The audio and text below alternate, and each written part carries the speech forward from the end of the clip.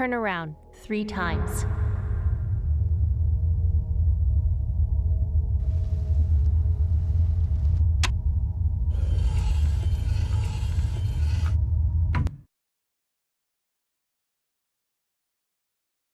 Start shooting.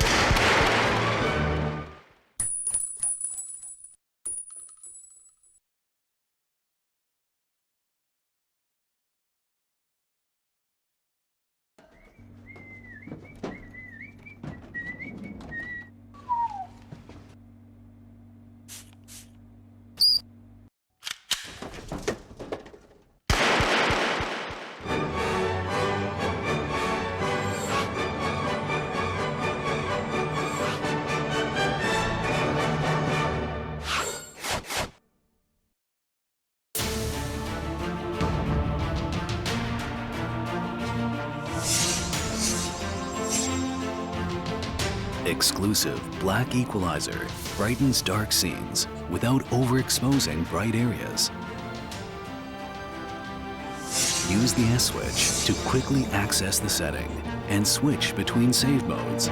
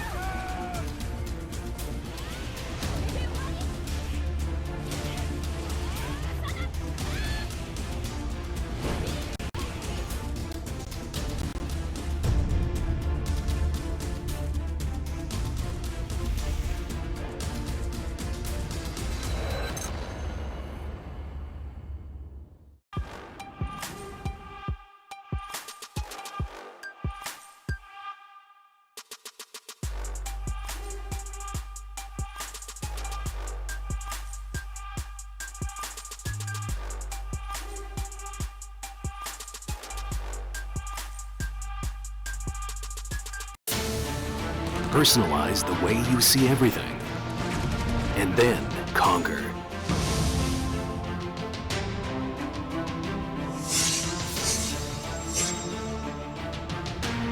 Exclusive black equalizer brightens dark scenes without overexposing bright areas.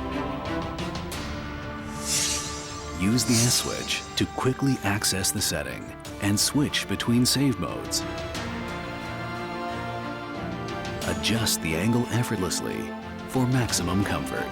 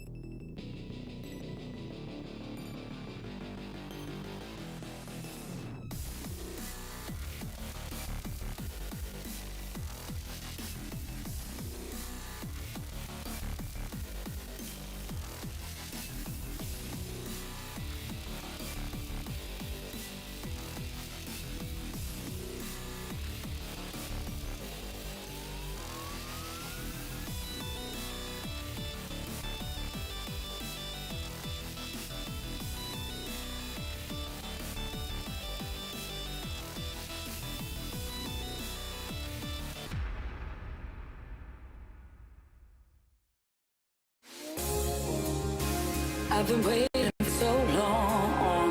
Now those feelings are so gone. I don't care what else goes on. We will take you away in the night when you see me, and I'm feeling free. Leave me to play. We bring the heat, we bring the fire, we bring the dirt, we'll take you higher. We bring the heat, we bring the fire, we bring the dirt, we'll take you higher. We bring the heat, we bring the fire, we bring the dirt, we'll take you higher. We fill the place with our desire, face lit and lace driven on fire.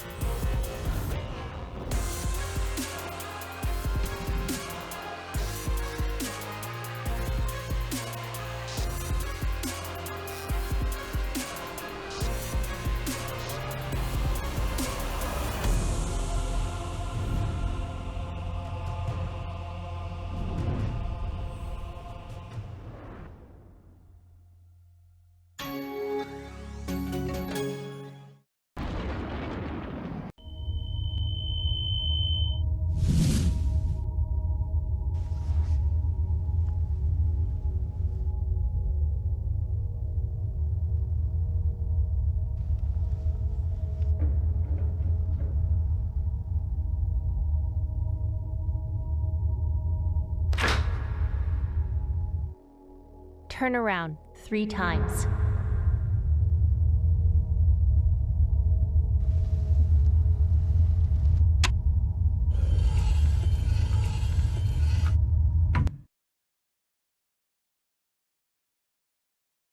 Start shooting.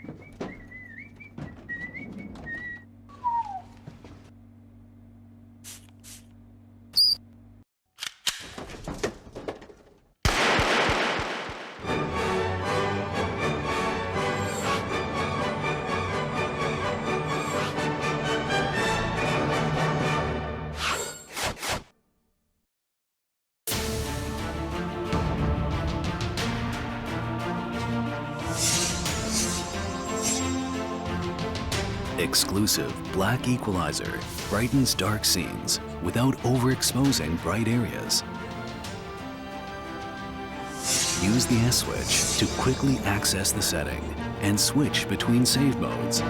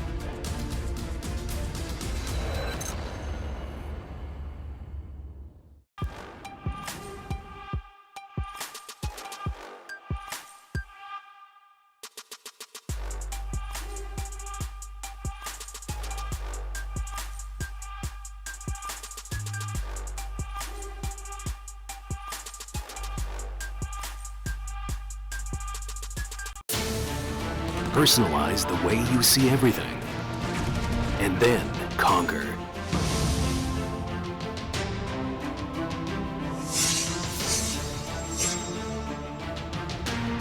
Exclusive black equalizer brightens dark scenes without overexposing bright areas. Use the S switch to quickly access the setting and switch between save modes. Adjust the angle effortlessly for maximum comfort.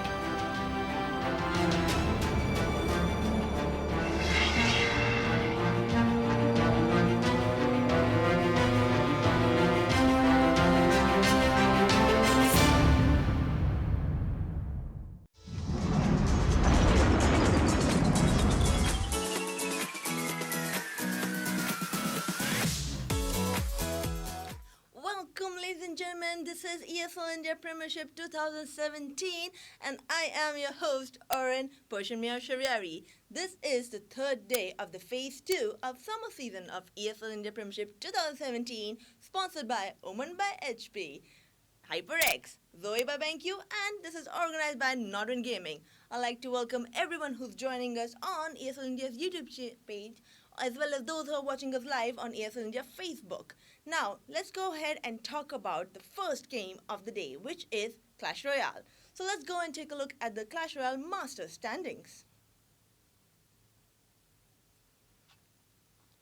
We have had a lot of players play their matches, and some still need their chances to go ahead and play matches. But till that time, the standings clearly show that Hasib, Ruben, Jimit, Prashant have had 3 points each, while Mrinmoy, Vikram, Tahir and Dipak ka khata abhi tak khula hi nahi hai. So let's go on and take at the playoff today. Today's match of Clash Royale is going to take place between Mrin and Dipak Mehta.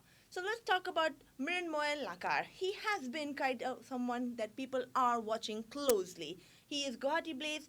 Again, he's one of the top Clash Royale players. He has held global rankings. He was the winner of 2016 Masters of ESL India Premiership, which brings on the pressure of him to reclaim his title. He has to defend his title, so he is going to be playing this match very hardly because he needs to win this match.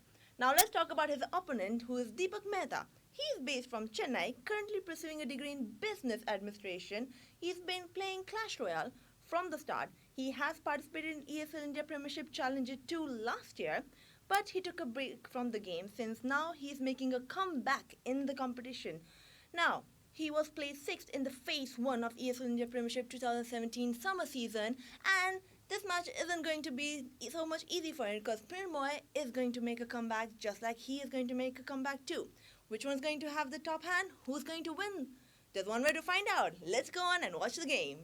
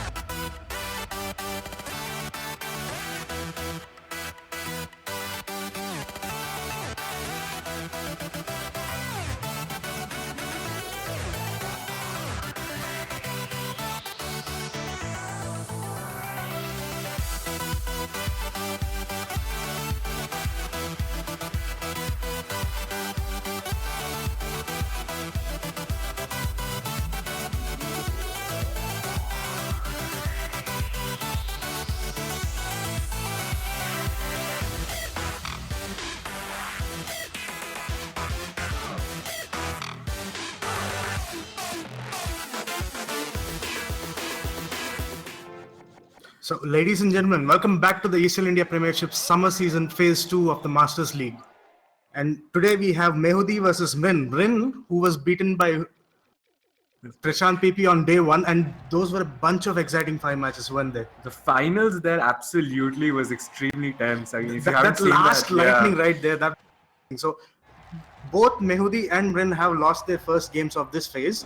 Let's see how they fare against each other. Looks like Mrin has gone into his golem deck, I guess. Oh, it's a hog deck. That's nice. Okay, and we have the bowler coming out from Mehu right now. So it does seem like right before this, both the players, they were essentially saving on Elixir. I think one of them was waiting for the other to make a play so they could counter play and hopefully get an advantage. But I think Mrin was he got tired of waiting essentially. We saw the lightning come out. It did strike three pretty important targets and it did essentially nullify the push. The Ice Spirits were also good. It neutralized the Baby Dragon. I would say they traded a lot of Elixir, but for what? Just like 300 damage on a tower? Which is fine. I mean, like, which is okay. Which is like, neither good nor bad, right? At least you're not losing at that point. Okay. So you see the bowler come out from Mrin as well, and it does seem to be that Mehu is playing basically a beatdown deck. Giant is his win condition, as you can see right now. He does have a Baby Dragon, and Hog is supporting too. The Hog, sorry, is on Mrin. What is he trying to do now, though? So he's basically making a strong push right now, but I mean, it was defended pretty easily because he did play the Mega Minion and the Baby Dragon a little late, I feel. He is going to get a decent amount of damage off, actually. I think that's going to be some 600-700 damage off in the tower, which is not bad, I mean, for a push, right? And it's not like Mehu is at a Elixir disadvantage right now because the Tornado did come out by Mrin. And even though it was effective, I think he might have been a little late on the Tornado. He might have been able to avoid some more damage off. We are going to see, so Mehudi, so Mehudi essentially, like, that was a misplay again. We've talked about this before. The Tornado can actually be used to activate your King Tower before. He did fail once before. Yeah, I don't know if it was Mehudi, but it was a game versus Mrin only. I forget who was playing last time, but the misplay happened again, and I'm not sure if it is a misplay because there's no reason you don't want your Crown Tower activated actually because it helps a lot against these big pushes that form up because the Crown Tower does do a lot of damage.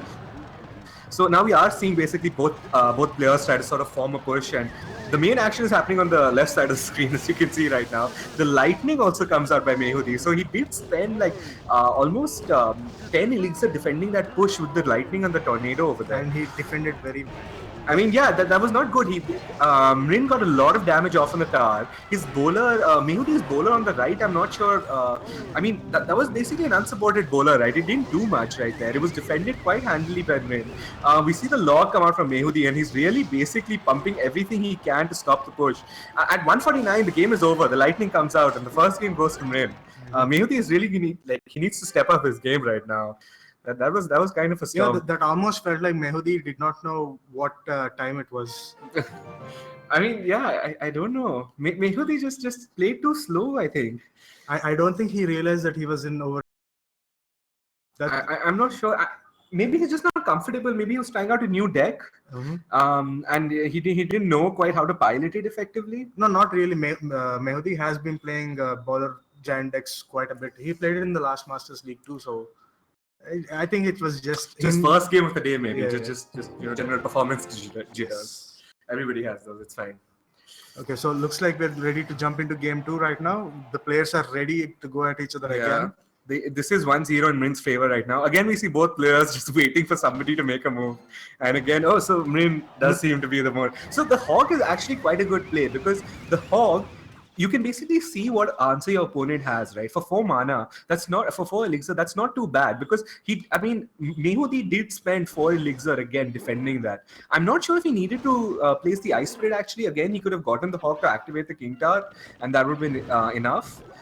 We see a big push coming out from Mehudi now, with and the lightning counteracts it. Lightning and Skellies. The Skellies are again so versatile. 1 elixir, and if they go unanswered, they just do so much damage. Like they serve as a distraction. They serve as damage when you put them behind and not just that. So over here, those Skellies, right? Those small 1 elixir Skellies. They tag 3 hits from the tower, right? That gives the Baby Dragon essentially those 3 precious hits to live. And now the bowler is going unanswered. Okay, he does play a knight to defend it. I don't think we saw the knight the last game. We did. Oh, we did. It's essentially the same deck. I mean, I know it is the same deck, but I'm not sure if we saw the knight last game. Oh, we did. Oh, that was. I'm not sure. I don't know, man. What is happening with Mehudi? He's doing misplay after misplay after misplay. 2 games in a row. Again, I'm not sure. Maybe Mehudi's deck Mrin's deck has just caught him off guard right now because he doesn't actually have a very clean answer to the Hog if you look at it. Like the Ice Spirits plus Tornado is his cleanest answer. In fact, but that's the thing, he doesn't really need to play the Ice Spirits. I mean, like just the Tornado should be enough. Now again, we're seeing the same thing come out by Mehudi, right? He played, apart from the Baby Dragon, he just played the Giant and the Mega Minion and it was answered handily. Okay, we see the tornado come out now, and we see the lightning come out by Mehudi, but I don't think that lightning was actually worth it because it didn't do too much. He could have saved that elixir and defended the push that's coming out anyway now. He does have like a full HP hog. We see the log come out. I'm sure we're gonna see the log come out from the other side soon I think enough. he's just using that tornado too early. See, the lightning by Mrin has just been so much more effective this game as compared to Mehudi. He's been chipping HP off that tower. Yeah, he's been getting great value lightning right there. I mean, now we should see the lightning come out again by Mrin. Okay, he chooses to use the tornado instead. He has played his knight as well. The baby dragon is actually going to take out the skellies pretty easily, although they do get the job done. We see the bowler come out, and that was a good lightning finally. He got some good damage off. He cleared off a potential threat. We are seeing a push come out now with the baby dragon and the bowler, as well as the hawk. This is basically like the repeat of what happened 10 seconds ago. This is what's going to happen every 10 seconds. You're going to see the hawk come out with the bowler and the baby dragon, and you're going to see like either a tornado and a nice spray. Yeah, that's it. That's what you're seeing. Yeah, that has literally happened Again, every single time. Yeah, the same thing. Now we have bowler, giant, mega. The Mega Minion this time, although he is going to get some value, he historically has not been getting too much value of the Mega Minion. There you go, another lightning. I'm not sure if the tornado was needed exactly over there, but I guess he didn't have a better card in cycle because that tornado was basically 3 elixir to save maybe 200 HP on your tower, which is okay. Yeah, but you have to, right? Both of the players have lightning. They know what kind of damage they can do with just lightning onto the towers. That's fine, right? I mean, 200 damage wouldn't have put him into lightning range. I think lightning does around 300-400 damage. So it's not quite enough. Again, now we see. So now again, the Mega Minion is. I don't like the Mega Minion actually in Mehudi's deck. It hasn't gotten much value out almost any time he's played Look it. at that. Mrin baited out that lightning and then played That was a it. fantastic. I think Mrin is just. Mrin has really just been outplaying Mehudi. It's been pretty one-sided. Even though this game Mehudi has put on a better show. Ice spray. Those logs, man, I'm telling you, those logs are the sneakiest thing ever. They just get that slow chip damage off. And that's the difference. See, you see the log come out from Mrin, and he hits his target as well as gets chip damage. And, even if he doesn't hit the target, he got the chip damage. The log by Mehudi right now did almost nothing. It just, sort of finished off the group that I'm pretty sure would have died to the tower anyway. But the log couldn't actually get chip damage. Now think about it. If 2 logs did hit Mrin's star right now, his star might actually be under lightning. Of course, this game is going to go to Mrin again because at 77 HP, he could have logged it for the win, honestly. It's the same decks with the same tactics and the same misplays. Of course, Mrin was going to win. Mrin has actually just been outclassing Mehudi this game. Like it's been no contest really. And generally as casters we get to see like the post game chat. Yeah, the post game chat basically and the banter between the players. And usually it's quite fun, right? And one player saying misplay and last time we had Baby Dragon plus Baby Dragon is Papa Dragon and stuff. But this game we have nothing. It's a pretty somber group of players it seems this time. They're being very professional, I guess. No, being professional is generating some stuff that we could use that to talk to the audience.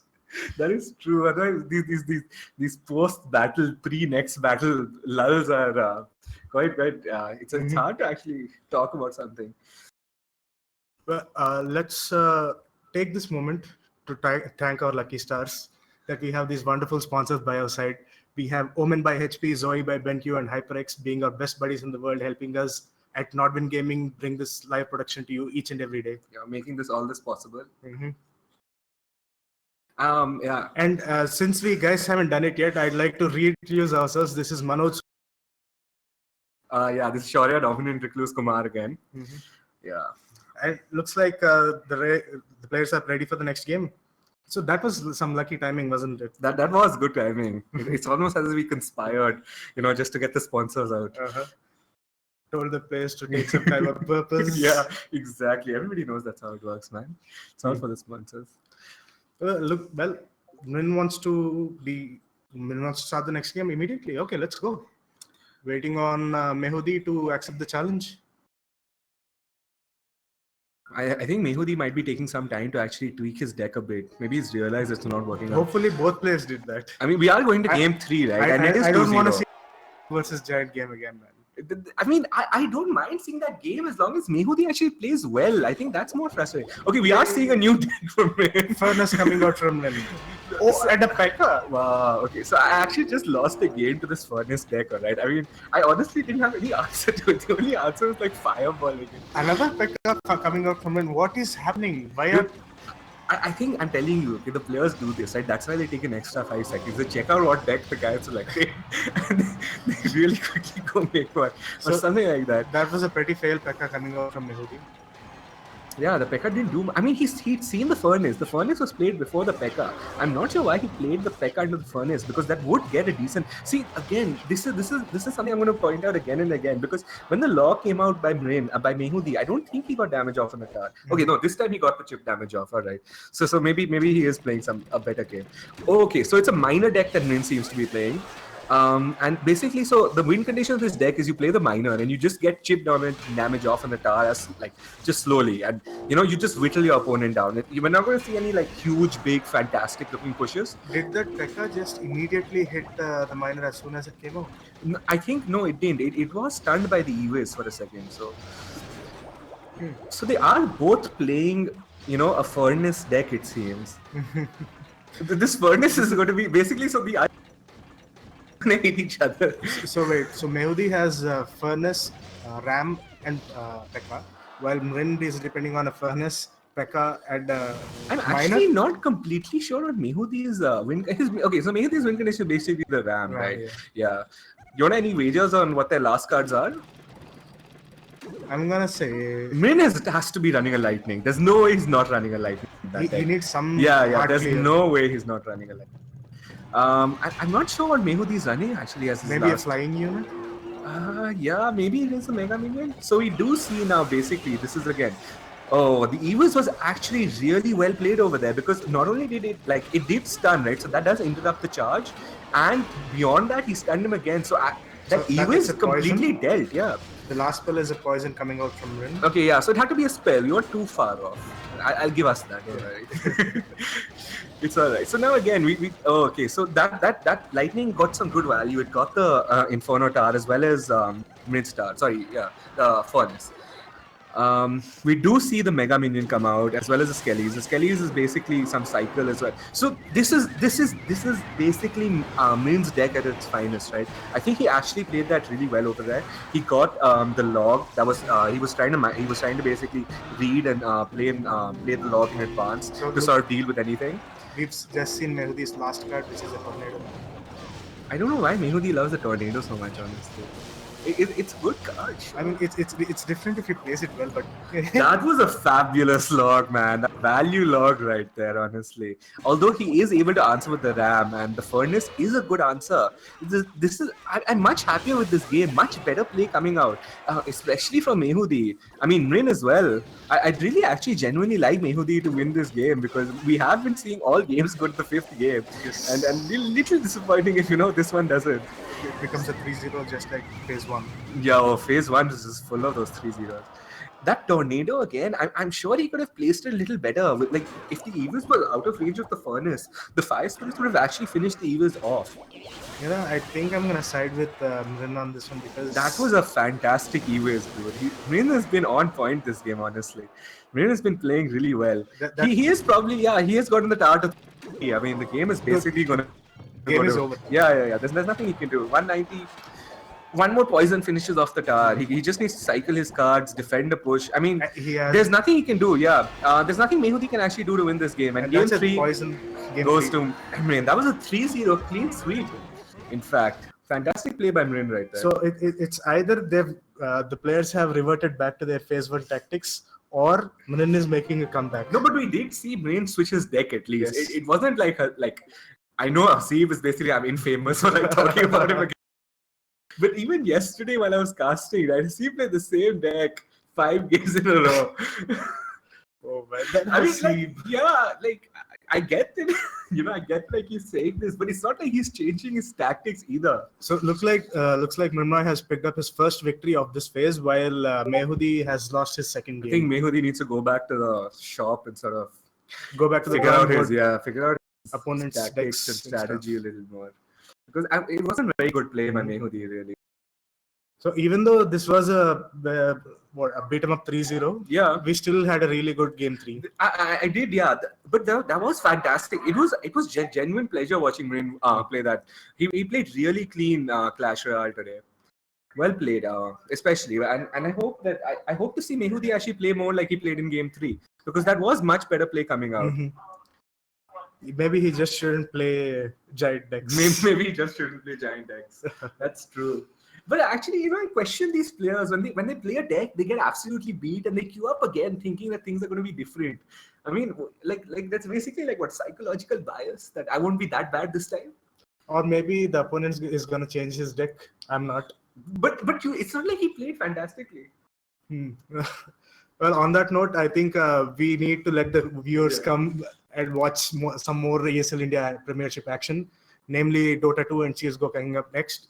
So we're going to go back to Oren, who's going to tell you guys what's going to happen. Thank you guys for watching. Stay tuned. Bye-bye. All right.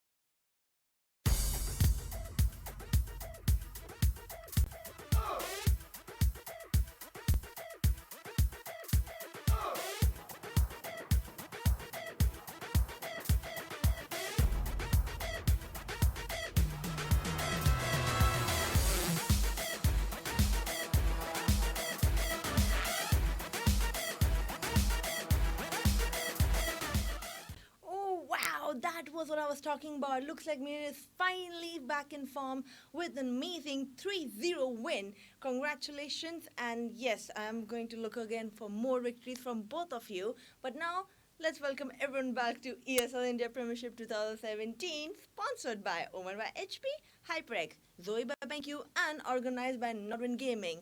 All of you joining us on YouTube channel of ESL India, and those watching this on Facebook, ESL India. You guys are waiting for the next game as much as I am. It is Dota 2. So let's go ahead and take the look of Dota 2 standings for ESL India Premiership Masters for Dota. In our Dota 2 Master standing, we do have the teams matchup, and a lot of them have started putting up a lot of points up. Now, we do have teams Entity Esports. They have won the most points because they have won both their matches. Go figure, who have played one match and won it, are on number 2 with 3 points. The other teams haven't gotten any points yet, but they're still up for grabs. So we have 3 cheers for Divine Essential, 4 Miracle, Aggressive 5, Stand and Fight, Buddhiza, and the Council. Now let's go ahead and check out the Dota 2 Challengers standing. In the Challenger standings, we have XRG and Ghoul Gaming both winning their first matches with 3 points. We have White Unicorns, Exotic Nexus, Rum with Coke, Team Relax, and Kurokono Dotu with South Indian Rejects, who still have to win some points on. So let's go ahead and take a look on today's match. Today's Dota 2 match is going to happen between the two teams that you guys have already heard about, 4 Miracle versus Go Figure. Now, 4 Miracle is a Nepal-based team. It's led by Kunal Timilsena, who is also an entrepreneur. The team has not struck its success, and in Phase 1, they only have won 2 of their 7 matches. They were placed 6th in the summer season Phase 1 of ESL India Premiership 2017 Dota 2 Masters League. For this phase, the team is bringing in their former teammate Samartha Renji Pradhan. They hope to shuffle the dynamics in Dota 2 Masters League this phase and create few upsets. Now let's talk about the team Go Figure, who are going to be playing against them. Go Figure is based in Bangalore. They are led by Raghu. A few members are from Whiteout, while the team does stood for in ESL India Premiership 2017 Dota 2 Summer Season Challenger League Phase 1. They won their first match against 3 cheers for Divine Ascension, and they look forward to continue their winning streak. So, who's going to go home today adding more points into their standings? Is it going to be your favorite team? There's one way to find out. Let's get over to the casters and to the match.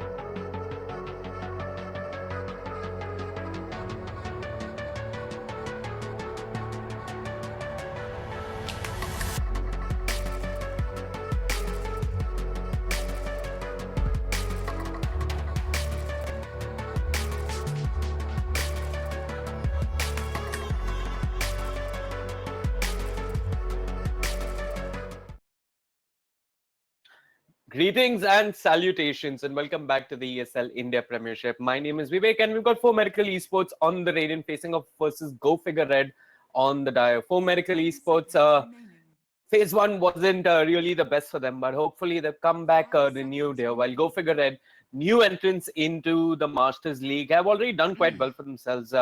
They've beaten 3C40A, fellow countrymen of 4Medical Esports, rather convincingly. And we even got to see Deliverance attempt to do a Dota WTF moment in a pro game by standing near the Dire Tier 1 and trying to slowly bring it down with Diabolic Edict.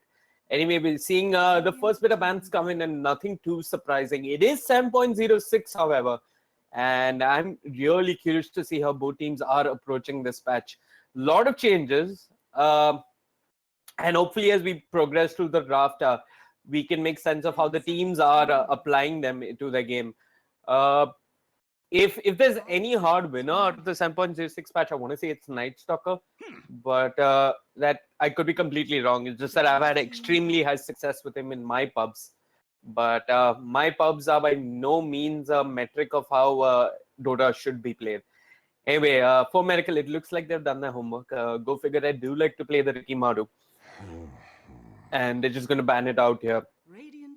It is something that Go Figure Red run a lot, and despite the 5 movement speed nerf to him, I mean his base movement speed has been nerfed by 5 points. It looks like 4Medical, they're still not going to take the chances against it.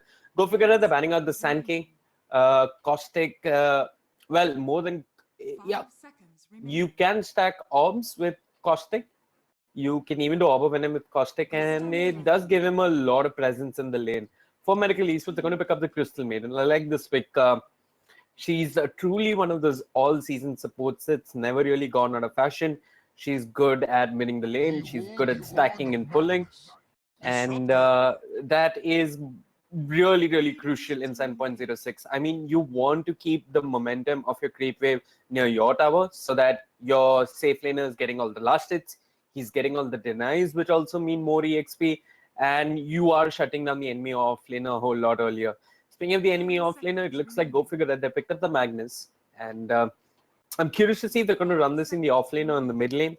Entity did let Abing go to the offlane on the Magnus, and he made some wonderful plays. I mean, using Skewer to pull a couple of two people, the Warlock and the Tusk, up to the cliff. But that was where the fun ended. They let him pick up a TP scroll and go back home finally. They followed this up with the Disruptor. It is one of Deliverance's go-to supports. I remember when Deliverance was in Road Esports or Wipeout, depending how you look at it, he did play a lot of Disruptor. And Go Figure it looks like they're banning out strong offlaners here. I mean, sure, Axe has the new Axe upgrade, which applies Battle Hunger to heroes in an AoE after a successful dunk. And I guess what's significant is that it does a good amount of damage reduction, 30% if I'm not mistaken. But yeah, we're also going to see the Spectre get banned out. Haunt did get nerfed a bit. The cooldown has been increased, if I'm not mistaken. But they don't want to take any chances. They want to make sure that Magnus gets in, Magnus gets the RP off. For Medical, they're going to ban out a strong Koya in the form of the Juggernaut. They're also not going to let Go Figure Red have a fun time with the Empower on the Juggernaut. For Michael Esports, they pick up the Clockwork. This could be a 4-position Clockwork. I'm not in favor of this, but I have seen teams like Empire run it, and Miposhka was doing 4-position Doom as well as 4-position Clockwork, so anything goes. Lifesteal are going to be the ban here, coming out from 4Medical Esports. Go Figure Red. They picked up the Magnus and they followed it up with the Disruptor. They weren't hoping desperately for a Juggernaut, otherwise they could have followed up the Magnus with the Juggernaut.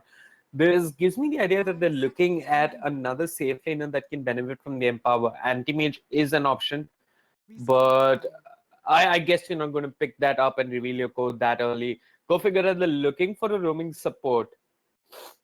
Monkey King is still strong, but yeah, the monkeys that you summon in Wukong's command do not proc bash anymore, and instead of you getting increased damage in the AoE of Wukong's command, you get increased armor now. They're going to go with the Troll Warlord. It is something they have picked versus 3C40, and they've had some reasonable success with it. It looks like for Medical Esports, they didn't watch Go Figure Red's game versus 3C40 all that closely, but they've given away the Troll. The question is, how do you respond to this? What are you going to pick up that gives you lockdown and burst to bring down the Troll Warlord? Reserve time. For Medical Esports, could pick up an offlaner here. Centaurs in the pool. Timbersaw is not too bad. If you just put the Timbersaw up in a lane against the Troll Warlord, I mean, Troll needs to hit a target continuously to increase his attack speed. And if he's hitting Timbersaw is just going to say, thank you very much. I'm just going to stack up some reactive armor. And he's probably going to soak up that damage unless and until Troll picks up something like a Silver Edge or anything that can apply the break and take away reactive armor. You could also do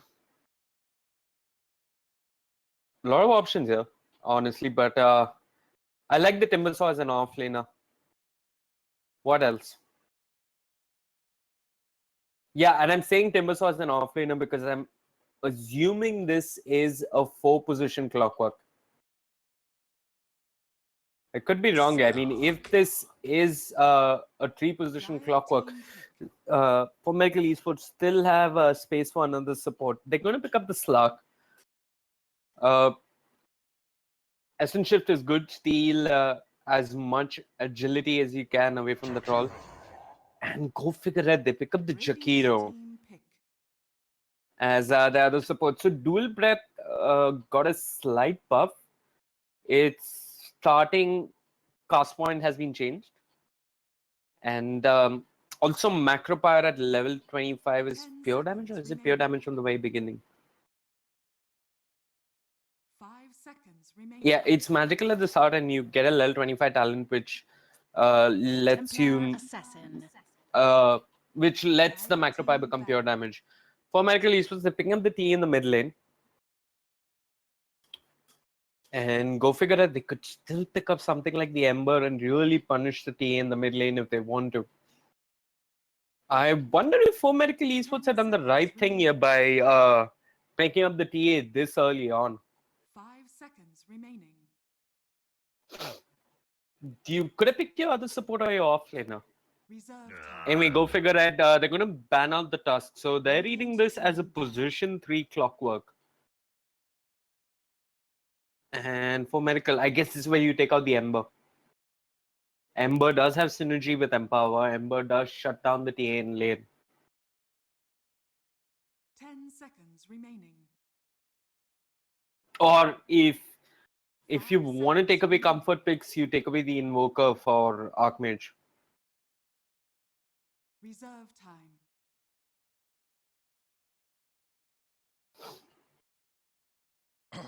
Yeah, they're going to take away the Invoker. Archmage and his Invoker truly has become, well, he has quite a reputation for it. And it's gone all the way up till Nepal. And a last pick, Earthshaker. Riot team pick. Go figure that. Do they pick up the Ember here?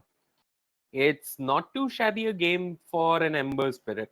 You can quickly burst down the Crystal Maiden or even the Earthshaker with your Remnants. 10 seconds remaining.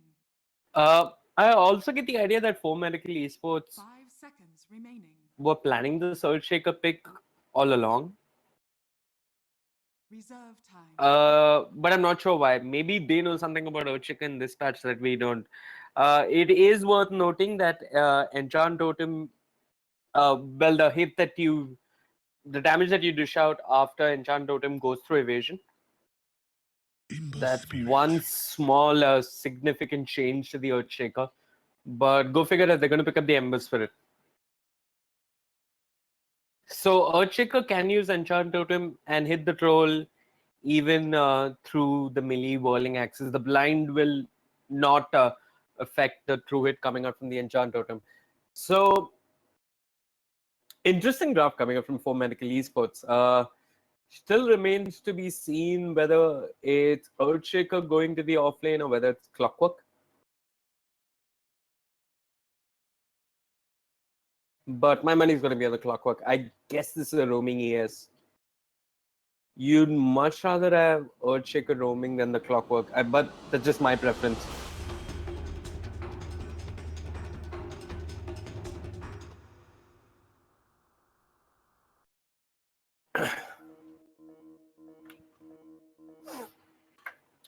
I guess they need to take away the Team Tower showdown from lobby captain modes games. I mean, I don't know. Is this coming before every official match at Epicenter or whatnot? Not too sure. Anyways, we have some time on our hands. So I'm going to quickly run through the lineups here. We've got Madara on the slug, Kunyo playing the Clockwork, Tie in the hands of Dreamy, and Viper playing the Crystal Maiden. And that leaves us with 647 on the Earthshaker, who started out with a whole lot of... No, that's a Slark. Hold on, I'm wrong. Anyway, don't know what the Earthshaker has, but it's 647 playing the Earthshaker. On the other side of the river, we've got the Twin-Headed Dragon being played by Deliverance, Magnus being played by Snacks, Drake going to be handling the Disruptor, Rampage on the Troll Warlord, and that leaves us with Archmage on the Ember Spirit. Deliverance, looking to scout out deep wards. He's sitting with 7 tangos. What's the plan here? 30 seconds to I'm just going to keep throwing out Harris. And gosh, he has a taunt for almost every hero he picks.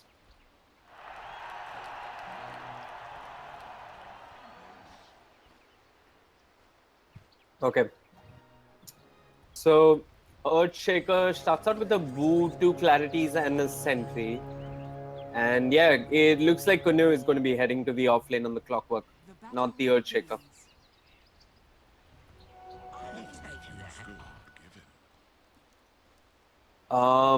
Two Bounty Runes aside, rather peaceful start.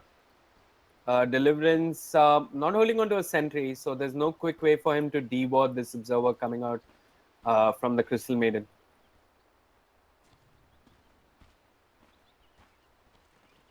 Archmage getting the better block in the mid lane and should honestly be having a much better time here than the Templar Assassin. He's holding on to a skill point, puts it into Flame Guard, should be fine. What's this offlane looking like? So Deliverance has made it his life's mission to be a pest. They're running a dual offlane. If Snacks ends up coming out on top in terms of last hits and denies, he's going to pull ahead with a huge EXP lead. And that could be bad for Madara. So we're seeing a 2-1-2 laning phase coming out from Go Figure. While it's roaming Earthshaker on the side of 4Medical. A lot of pressure on him to be effective early on with his roaming. I don't see him being able to bring down Archmage at level 1. What's interesting is Deliverance and Magnus, because of the dual lane they're running. I guess he's going to be here for the first 5 minutes. He's even stealing creeps now. Yeah, so I guess he's going to be here for the first 5 minutes and basically just make sure that Magnus has a better time until his shrine is up.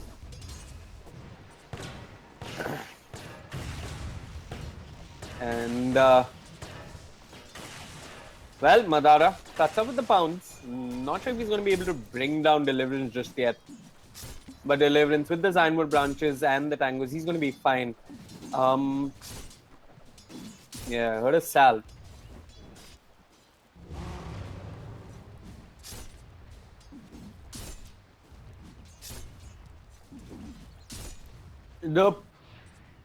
One second.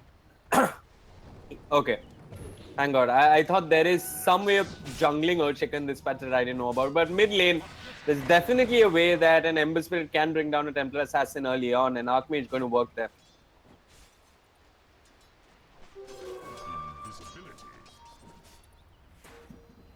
So, how's this offlane working out for Go Figure? Magnus sitting at 8 last hits and 4 denies, while you have the Sloth sitting at 7 last hits and 0 denies. So Snack's clearly pulling ahead. Meanwhile, mid lane, it looks like we have a small skirmish breaking out. Archmage drops the Flame Guard, and it's Drake who scores first blood. The cogs do come in. Archmage was blocked by the Fisher. And I think Four Medical might take that trade. I mean, they lost the Earthshaker, but they ended up killing the Ember Spirit instead. So I guess they're happy with that. And yeah, 6 for 7. He's now rotated to the safe lane. Need little D-Ward coming out. Madara feeling confident because his 2 supports are behind him. Start out with the pounce onto Deliverance. He might finally get punished mid-taunt, that too. But Deliverance turns around with the dual breath. He's got no magic wand to stick. Went for the Basilius. This could be a kill on the Slug, and it will indeed. Snacks brings down the enemy core while all he lost was a Jakiro. But he might just end up going down as well. The Frostbite is there along with the Fisher. Snacks trying to get the hell out of there. No mana just yet. 6 for 7. He's popped a Clarity. He's giving chase. It looks like he needs a good 80-90 mana before he can get another Fisher off. But here comes Deliverance. And with his taunt, Snacks shall make the retreat. Mid matchup not going as bad as I presumed. Archmage is ahead, but the T is not doing too bad either. Dreamy trying his best to hold up against the Ember Spirit. What's stacking looking like across the map, considering that neutrals respawn every minute? We've got 1 stack being prepped here for the TA. Not anyone really phenomenal when it comes to clearing stacks, but maybe with the Empower, Archmage could be able to do a quick stack or 2. Clockwork's not doing too bad. He's level 4. He's got his EXP and he's making a rotation to the mid lane. Archmage has no remnant. Here comes the battery assault. The Fisher is there on point. Kunyo, no mana for the cogs. Archmage pops the flame guard and does escape. Potential of a glimpse, not gonna happen. Level 1 glimpse. So Snacks in level 4 with the help coming on from Milky on the twin-headed dragon. And Clockwork is level 4 pretty much just by himself. So he's done quite well. And if I'm not mistaken, he even participated in a kill in the mid lane. He's got the infused raindrops, he's got a completed wand. He's in reasonably good shape to survive in the lane. We'll be looking to make plays once he hits 6. Deliverance got out of position with the Frostbite. The Fisher blocking Snacks on the other side. Deliverance trying to make a run for it. He does eat a tango. Madara giving chase. Needs to respect the damage coming out from Snacks, who doesn't have a point in skewer. Deliverance going to TP out. Will TP out. Madara. Does he try to make a play here? Snacks. It's only 2 points in Shockwave, and he's going to back out for the time being.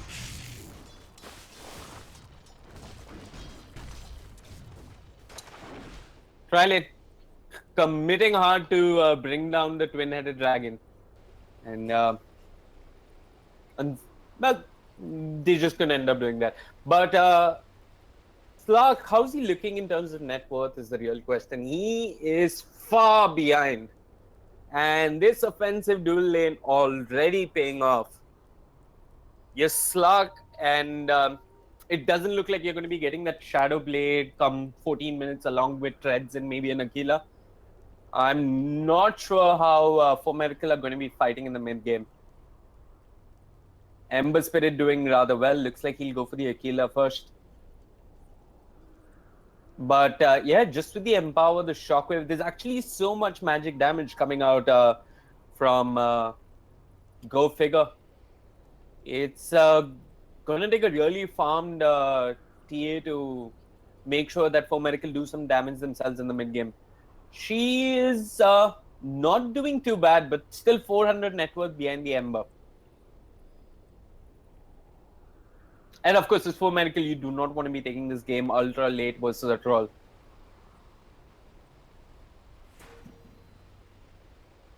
Clockwork, hopefully he can set up a few key pickoffs for his team. He's put 3 points into the Rocket Flare. So the cooldown does scale well. And the damage is always nice. So you got quick burst damage.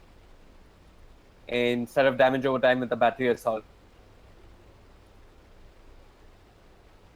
I assume he was hoping to do a lot of scouting with his rockets, probably try and snatch bounty runes, scout out for stacks, which is a possibility when you're playing up against a Magnus who's got Empower to give his core so that they can clean up stacks quicker.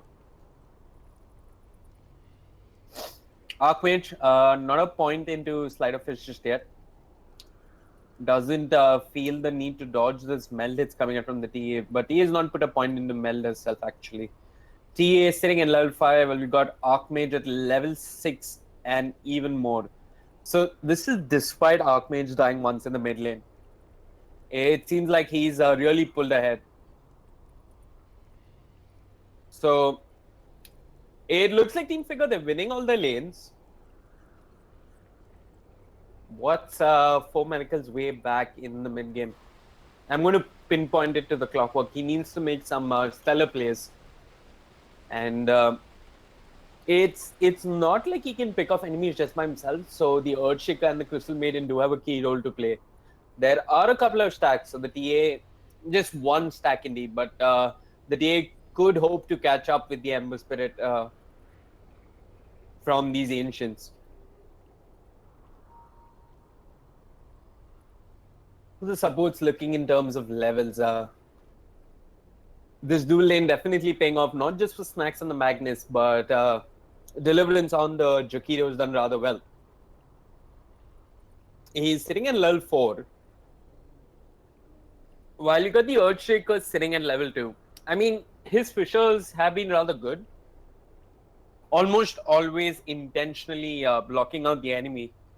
But other than the one kill at mid lane, he hasn't got too much EXP to work with. And back to the network. It's Ember sitting at top. Score tied at 2 for 2. And a Slark who's poor as hell and is going to run back to base. 6 minutes in. Dire's middle tower. The only item that Slark has to show for his laning phase just yet is a Poor Man's Shield. He's got infused raindrops, which would definitely help out versus the Magnus.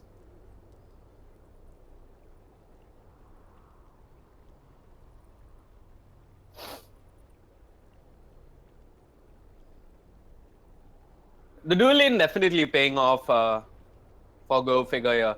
One of the things I was thinking about when the new patch released is that the offlane is even more important now, because you're getting EXP for denying creeps, or the enemy safe laner is getting EXP for denying his own creeps, and I think it's worth sitting in lane to contest that.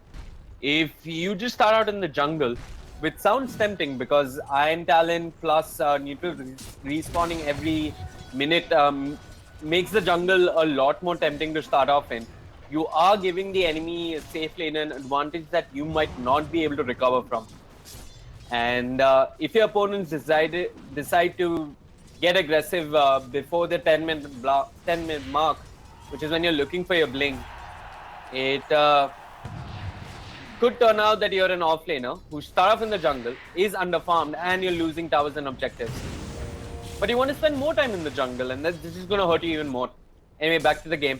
Enough nonsense about the jungle. Madara, he's had enough with Snacks on the Magnus as well.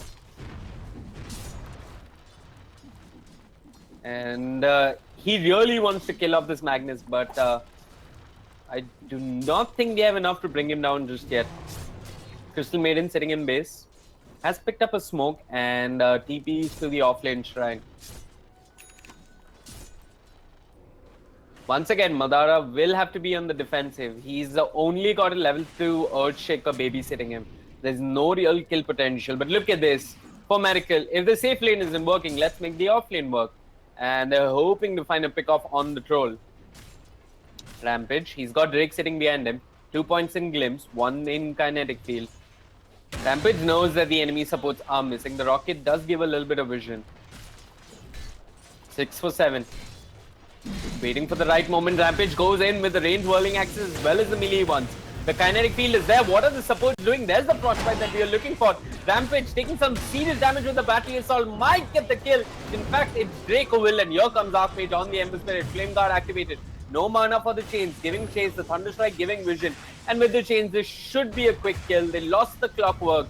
They end up losing the Earthshaker. And on the other side of the map, it's Snacks and Deliverance who see an opportunity to go for a kill and end up getting it.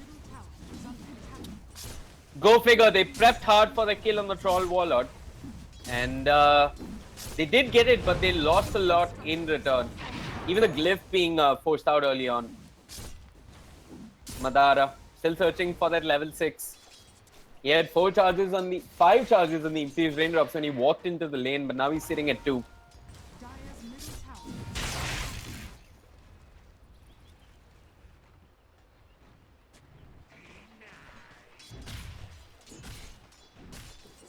Snacks looks like he's on his way to a good blink dagger. For Miracle, they feel the need to shut down the troll. They also feel the need to shut down the mag. When your opponents are winning so early on in the laning phase, well, you start to get desperate early on. And this seemed like a move of desperation. 6 to 7 walks by Snacks. The ice path is there. He drops the enchant totem, will end up going down. His Deliverance gets the kill. Madara looking for a return kill with the shockwave, will end up going down. It's a double kill for the twin-headed dragon. And they've got the shrine as well, so they can just start doing this all over again. Go figure, 9 minutes in, a 5,000 net worth advantage. And we even got Disruptor coming to drop this deep observer bot. Looks like our mid lane is on the cards for Go figure. Still no stacks just yet for the troll.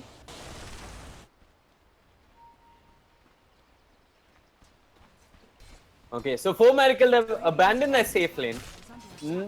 10 minutes in, the laning phase has ended for Madara. And he is poor. No Iron Talent. At least he's got the Quelling Blade. And he's got Shadow Dance as well. If it wasn't for that one change to the jungle in this patch, I don't see a Madara would make a comeback into this game. But his team, they got the right idea. They're trying to make plays happen all across the map. Instead, it's Kunyo who's caught on the wrong side of the fissure. Will end up going down. And 6 for 7. Well, he tried his best. He blocked the road. But his friend couldn't get out of them. Archmage with the Arcane Rune. Feeling a little bit frisky here. Looks like he's going for the BUTs first.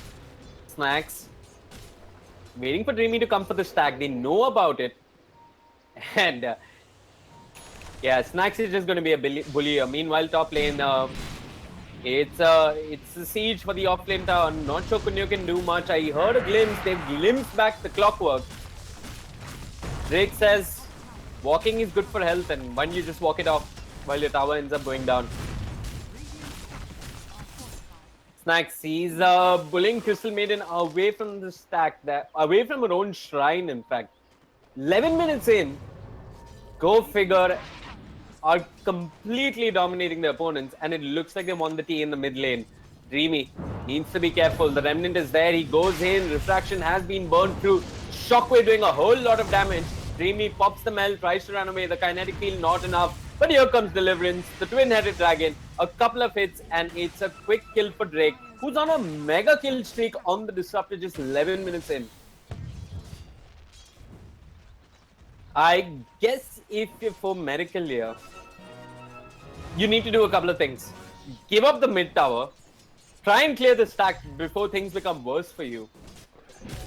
And yeah, I do not see them holding on to mid. Not with the kind of farm that the Clockwork has. Anyway, sure, he can try and soak up EXP. But he's level 8, and I'd much rather he give it away to the TA or the Slark. And I really like the fact that they've got this Observer though. So they know about this stack. They know that Archmage is by himself. Has he got a Remnant out? I'm not too sure. Could possibly have dropped one Remnant defensively. Archmage has an Arcane Rune again? Jesus, what's up with this man? Anyway, he's out of position. He has the Flame Guard pop. Does manage to drop the Remnant. Turns around with the chains. The Ice Path is there, but the Cogs push Archmage away. both sides. The next big point of contest is going to be these stacks, and Rampage is already clearing one of them. But you got a Magnus standing behind who can start off with an RP or just even skewer this Crystal Maiden out of position. You do not feel like taking a fight, and I see a glimpse. It's on to 6-7. He's been glimpsed into the Static Storm. He's got no Echo Slam, and he won't even get the chance to get any of his spells off. He's going to be brought down. It's an unstoppable streak on the Disruptor. And for Medical, they are slowly but surely losing this game. At least the early to mid game, if nothing else. And now, look at this. Go figure. They're going to clean up the last remaining stack. And the last remaining hope of For Medical coming back into this game. I don't think For Medical should be contesting this. You lost it, let it go. But look at this. Archmage, he's got a Clockwork. Kunyo just burning to the Claim Guard. The Skewer is there, and it's almost as if Snacks jumped in between the hook shot to block off the Clockwork. You got an RP in Madara. And with the Dark Pack, he'll be able to shrug it off, pop the Shadow Dance, and make a run for it. Snacks giving chase, giving vision. The glimpse is there. Drake pulls back the Slark, drops him in a kinetic field, and this should be another quick kill.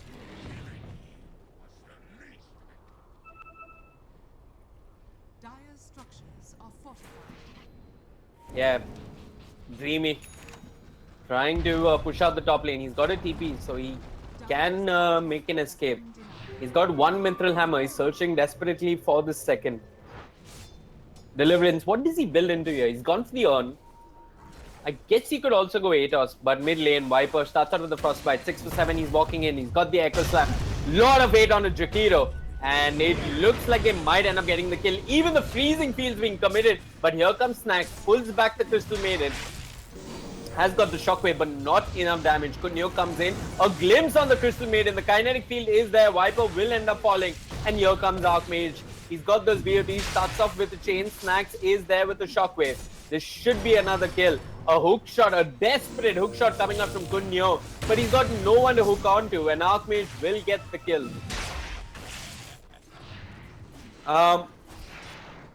Freezing Fields, Echo Slam, all of that being thrown just for one Jakiro. For Miracle. Things are looking really bad for them. Anyway, it's space created. And finally, after 15 minutes in the game, Madara feels like the safe lane is actually the safe lane. I wouldn't have mind those 4 ultimates being dropped, but if it was someone like Drake on the Disruptor, who's sitting on a lot of gold, has a huge streak to his name, and it would help you make a comeback of sorts. The way comeback gold does work. Anyway, 6-7, he's great at holding off pushes. He's queued up the Blink Dagger. It's not coming anytime soon. So Go Figure can still continue to apply pressure and maybe even force high ground. Dreamy. Getting closer and closer to that Deso. But Go Figure know this. They know that 4 Medical are searching for their farm. And they're going to try and take down objectives. Squeeze 4 Medical of the map. In fact, they're even going to move on to Roshan. The rockets were there. The Thunderstrike is there on Kunyo. He's dropped the cogs. Could get glimpse back. Will get glimpse back. In a kinetic field. And this should be a kill for Snacks with the Shockwave. He's trying his best. Hook shots to the high ground. Tries to pop the Shrine. Elsewhere, I hear a Freezing Fields. RP onto the Crystal Maiden with the Static Storm on top. Kunyo staying alive through all of this, but will end up going down. It's a monster kill streak for the Disruptor. Snacks jumps in, but there's an Earthshaker waiting for him with a Fisher. Not a care in the world because he's got upgrades to back him up. They get the kill on the Earthshaker, and they're even going to glimpse back the Crystal Maiden. Drake has been absolutely spot on the Disruptor. Not letting anyone from the side of Go Figure make a clean retreat. And yeah, there's not much Slug and the TA can do just by themselves. Slug still searching for that Shadow Blade. I'm hoping he completes it before the game ends because Go Figure, it looks like they want to group up and put an end to this. Troll has his son, Janyasha has the Bloods as well. And the question is, are they going to force high ground without an RP? One of their biggest teamfight abilities. They haven't got Static Storm as well, but they're rather confident that the damage is there with the Troll and the Twin-Headed Dragon. slowing down the tower, making quick work of it. Dreamy walks in. I heard that hook shot, Kunyo. What have you done? But anyway, he walks right in, pops the blade mail, deliverance with the ice path, and Kunyo's been skewered back. Troll doesn't care that he's sitting low on HP. He's got his team behind him. Snacks with the shockwave, secures the kill. Clockwork goes in, ends up dying, and they do not even find a kill in exchange. They've got urns, so they can go again. Go figure, need to be careful. And a quick death here could mean a lot of gold for Miracle. Snacks still doesn't have the RP. They're trying their best. Rampage working on the melee barracks. You got a Fisher, and it looks like this might be the end of the Aegis.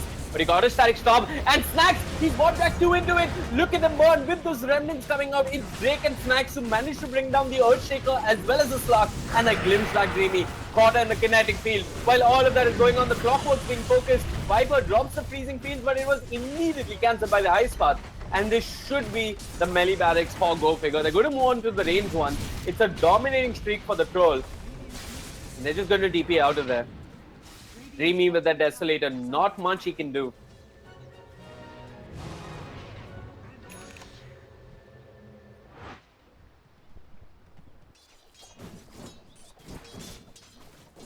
$20,000 network difference, 19 minutes in.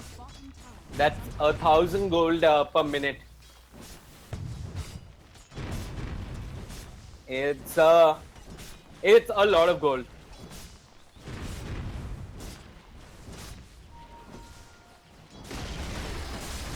Hook shot number 3 ends up missing by Kunyo, and I guess he's given up at this point. Walks in, ends up getting caught by the chains. Here comes 6 to 7 with the Fisher. But they've got a mech at this point. And Deliverance will not miss an opportunity to spam that taunt. I guess he has a really high actions per minute because most of it is just that taunt. Max taking the RP, looking for a big one though. Archmage out of position. We've got the Macro Fire. They pull back Dreamy into the Static Storm, and they will eventually bring him down. They've got the urns, they can go for round 2. They've got the RP as well. Archmage with those BOTs able to move quickly back and forth between his fountain and his team. All of this is space for Rampage, who's got a Shadow Blade, and he's bringing down another objective just by himself. Archmage jumps in, Madara pops the Dark Pack, but I'm not sure if it's going to be enough. Viper ends up going down to the Shockwave, and Archmage walks in, walks out of there. Elsewhere, what do we got? Cogs coming out from Kunyo. He's trying his best. He's popped the Blade Mail. He's not got the hook shot to work with. But on the other side, Rampage, well, he's quietly taking away the racks. And Go Figure, they don't know what to do at this point. Heck, even I don't know what to do at this point.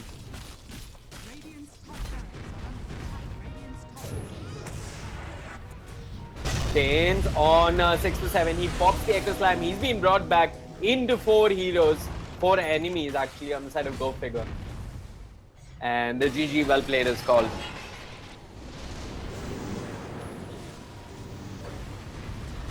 Anyways, Archmage just styling right now. But what a way to announce yourself in the Masters League. Go Figure Red.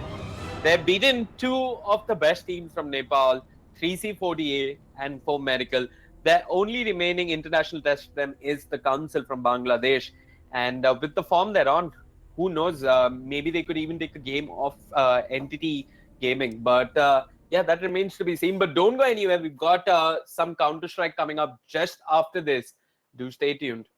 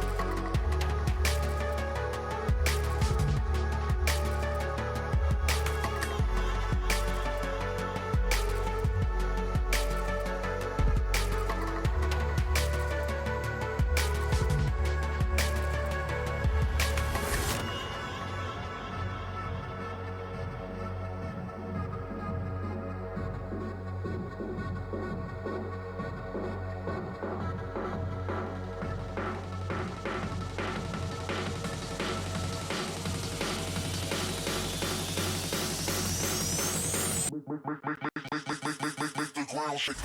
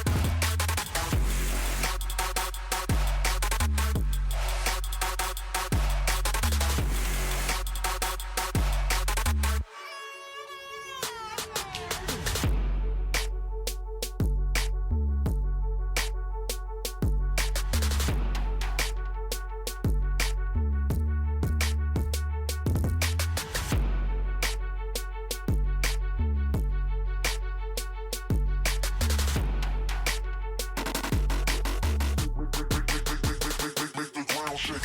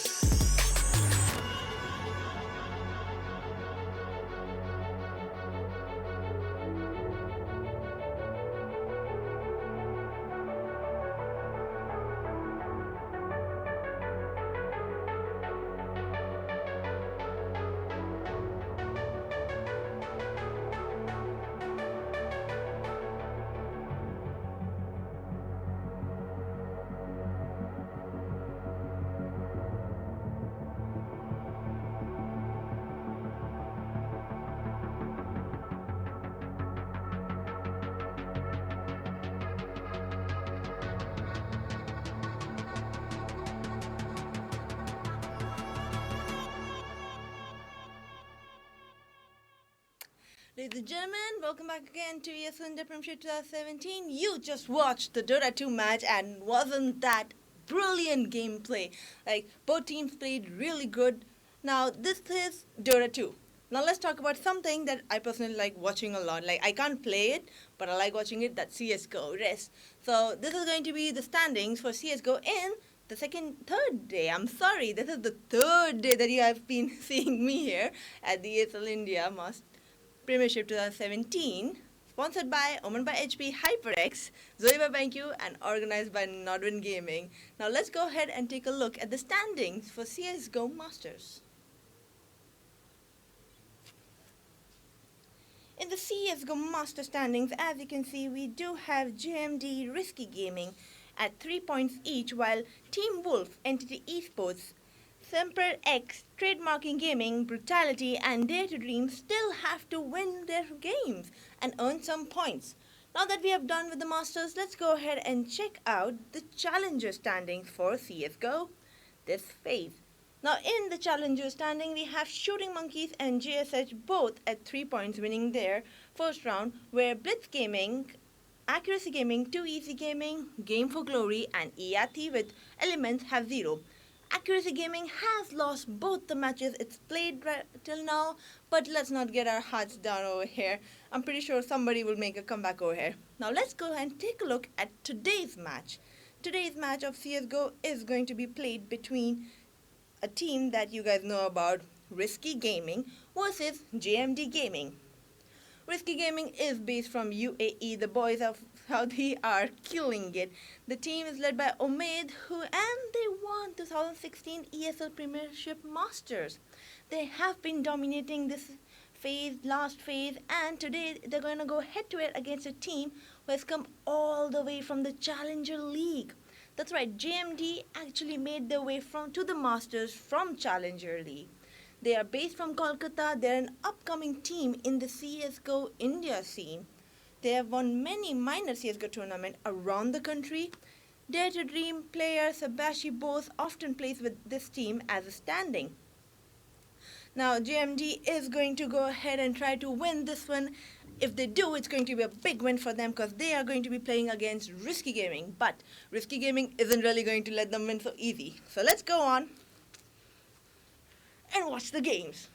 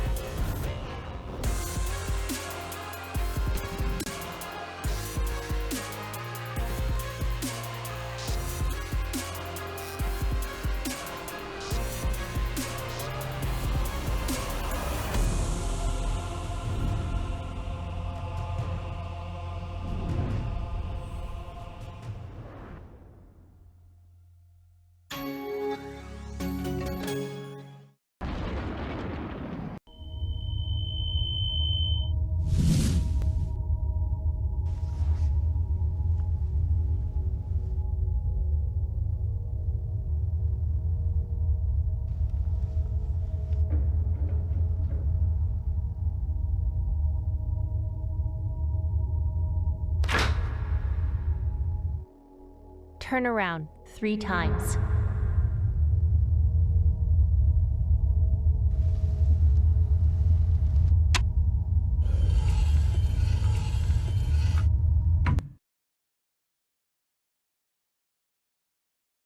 Start shooting.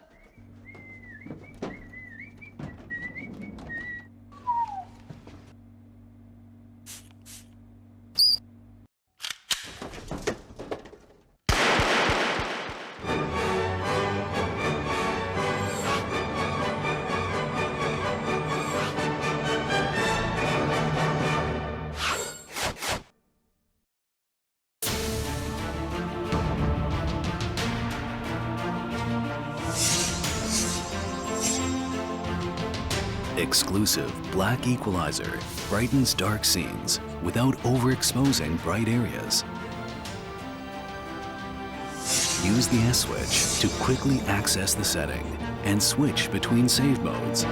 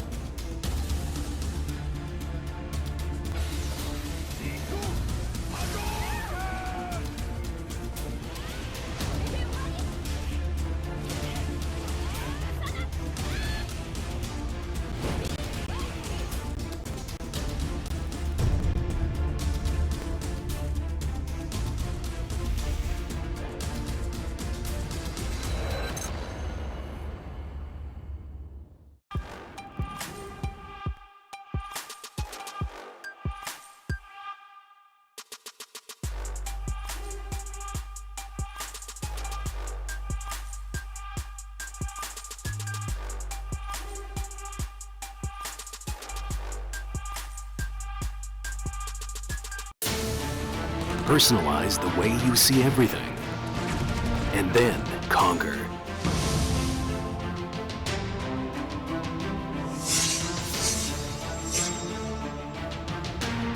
Exclusive black equalizer brightens dark scenes without overexposing bright areas.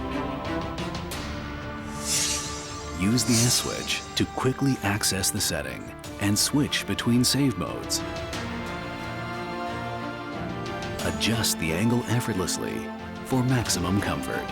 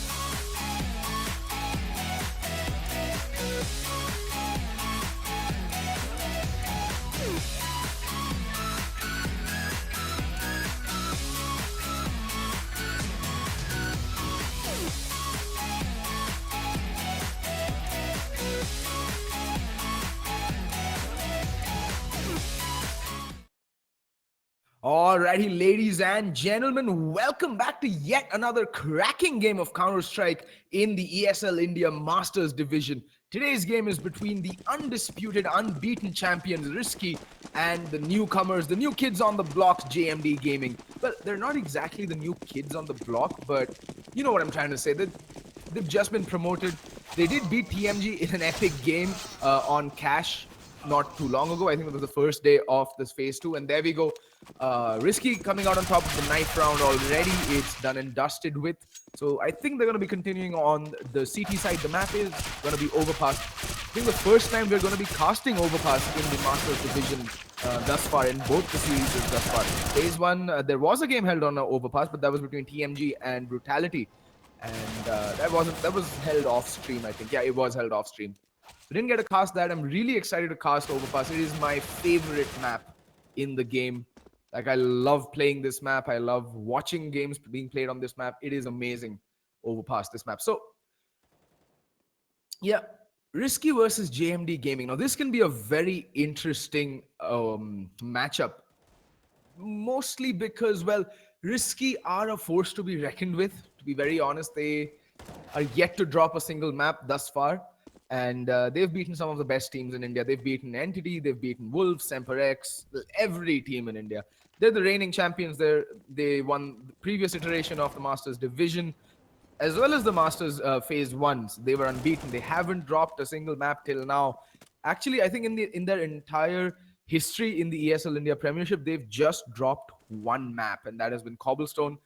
And that was on last year's LAN, and it was one of the more maps towards the beginning of the tournament. And since they lost that map, they've just continued to go on a tear. They actually picked Cobblestone over and over and over again in the LAN in December, held in Delhi, and kept proving a point. They just kept beating every team they faced after that first defeat, just to prove a point that that was a one-off. It was a fluke, and it will not happen ever again. So yeah, JMD Gaming have their work cut out for them. JMD Gaming, though, they're not really, newcomers to the scene. They've been around forever. They're a team based out of Kolkata, just like G Outfits, and they've been playing in the Indian scene for a very long time. The player to look out for on JMD Gaming has to be Savage. The way he was playing against TMG on Cash was just absolutely godlike. I think he dropped 30-40 bomb on that game against TMG, and he solo carried his team to victory, to be very honest. So let's see what he can bring against the big guns. And I think Nami might have timed out. Not really sure. Oh, okay. There's a sign of life. There's signs of movement there, folks. Okay. Most likely AFK. Gone for a little wee break before the game starts, I'm assuming, to relieve all that tension. But yeah, like I said, JMD Gaming will have their work cut out for them. I'm pretty sure this is by far the strongest opponent that they have faced till date. And I think these Risky will be the strongest opponent they'll be facing for a significant amount of time to come as well. So let's see what JMD Gaming have to bring to the table, at least on Overpass. I've never seen them play on this map. Neither have I seen Risky play on this map, to be very honest. So it's going to be a first for me as well as a first for JMD Gaming. Let's see what they bring to the table. So Risky Gaming, will they go with their standard 4 armors and 1 kit onto, I think it's usually Breaker who goes for the kit buy up, or Carry Bob. It's one of the two. They keep rotating between the two of them. And this time, all right, match has been paused. Interesting. I think it has to be a technical pause. Okay. So Rio Meister has called for a pause, and it is going to be a technical pause because there's makes no sense to go in for a tactical pause even before any tactics can come into the picture. We haven't even gone live with the, what's it called, pistol round yet. So yeah.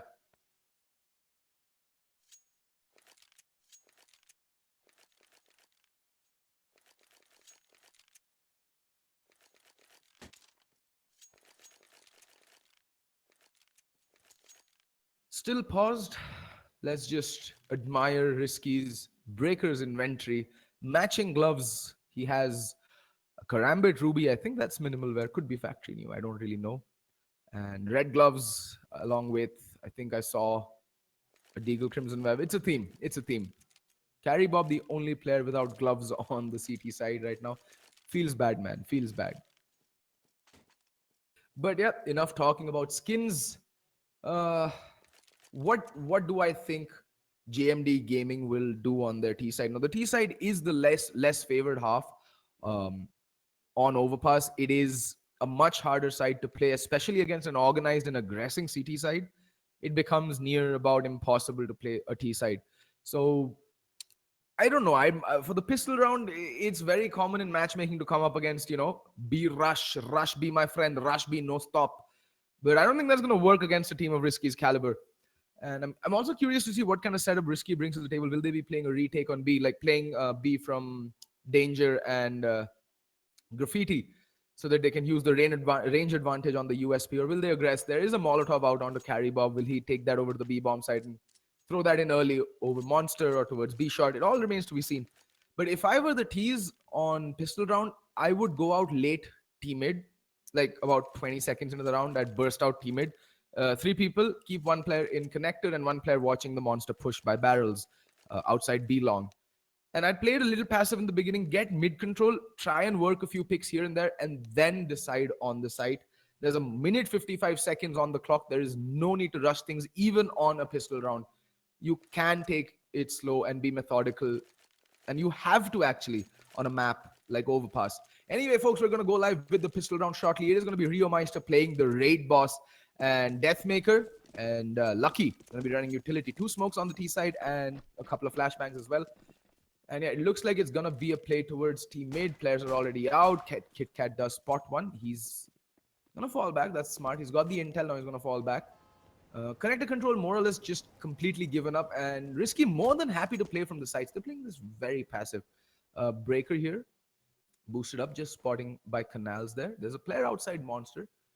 Needs to be careful. There's going to be a connector push, but the bomb is still by Playground, so still non-committal. Like I said, they'd want to take it slow, try and work off a few picks, but that's the thing, right? Risky aren't really giving them any picks to work out of, and that flashbang perfectly timed. Oh, and Breaker off with his head, completely getting instantly decapitated there, and that's unfortunate. Really, really unfortunate. In the meantime, Carry Bob doubling up here by Toxic, and that smoke is going to sail in and block off this very vantage point. This is very smart coming in from JMD Gaming with Carry Bob. Going to tap her away towards B shot. In the meantime, Nami chimes in with a quick headshot. And Nami still alive. Havoc just hiding there. And look at this, the nuisance that Carry Bob is causing. And oh, Kit Kat lets one go. Here's the second. Oh, this is just so perfectly played. And now he can just get the headshot onto the bomb carrier. There we go, bombs down. And that should be the round. Oh, okay, Nami falling asleep. 4x3, 4x3 right there. But does get the kill. Now it's all down to Savage. The hard carry from the previous game against TMG. Can he do something? Can he pull this one out of the bag? But he's gonna get, oh, he's trying to go in for the knife and does manage to land it and spins around 180, managing to get in the reload as well. Can he clutch this? Savage! Oh, Havoc with the instant brain surgery. And first round going to Risky. A little bit messy there, but Nami played that so well over by Along. Just so well. He hit in that cubby. Tremendous trigger discipline coming in from Nami. But somehow they managed to bring it to a 1v1 and Savage just picking it up where he left off against TMG.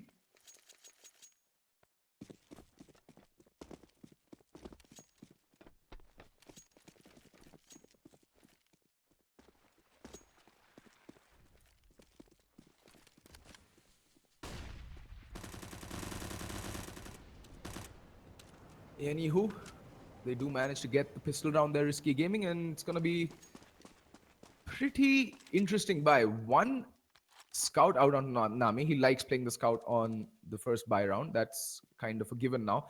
But 3 UMPs and an MP9. Kit Kat going to look to run and gun right now. I mean, that's what the MP9 is actually best for. Running and gunning, make yourself a very hard target to hit. And in the meantime, bomb is still idling by Along.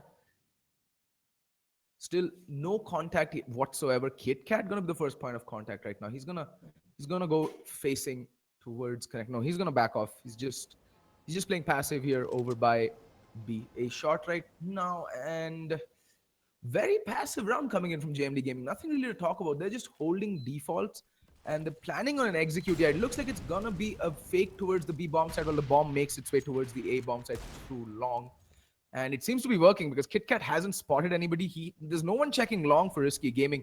This fake might just work. And Nami is on the rotate. Oh, no. He's wised up to it. And look at that. Presence of mind. He's looking towards long and he sees that smoke and he sees that. First tag in. And alrighty. There we go. Kit Kat, can he land the kill? Okay, almost takes out the pistol and does manage to clean up. That was a sketchy round from JMD Gaming at the best because very passive, too passive in fact against a team like Risky. You don't want to give them that kind of respect in my opinion because they are a team that really, really enjoys playing off of momentum and confidence. And if you give them that kind of momentum so early into the rounds and into the game, they're going to just run away with it. So you need to take the fights. You need to be confident to take the fights. I understand what JMD tried to do there. They wanted to sell the fake over by the B bomb side. But, I mean, this is risky. Come on. You can't just rely on them to get faked out. And there we go. A bloodbath in connector and bomb down. Havoc with the 3K. And Rio Meister goes down to the USP of Nami. That was an absolute carnage in connector right there. Holy hell.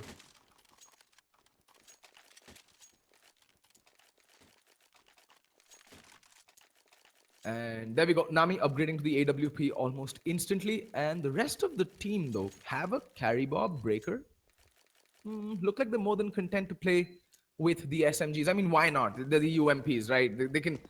It's the ump power now. Ump is all the new meta, the new rage. It's like FAMASas have become a thing of the past. And it looks like it's going to be a very fast play out team mid. And Kit Kat completely blinded. Needs to be careful. Has a Galil, has the only rifle on the team apart from the AWP. Should be backing off a little bit and playing a bit more passive. And in the meantime, Nami opening things up with the kill onto Rio Meister. And there goes one kill, completely untraded, man advantage to the CTs. And oh, look at that. Nami picking up the second kill as well. He's just in the mood. He's gotten 2 headshots already. He's just feeling it right now, as they say. And Kit Kat gonna inch his way through the smoke, playing around it. And can he land the headshot on the Savage? Yes, he does. And that too through the wall. And now it's all down to Lucky and Deathmaker. Wow.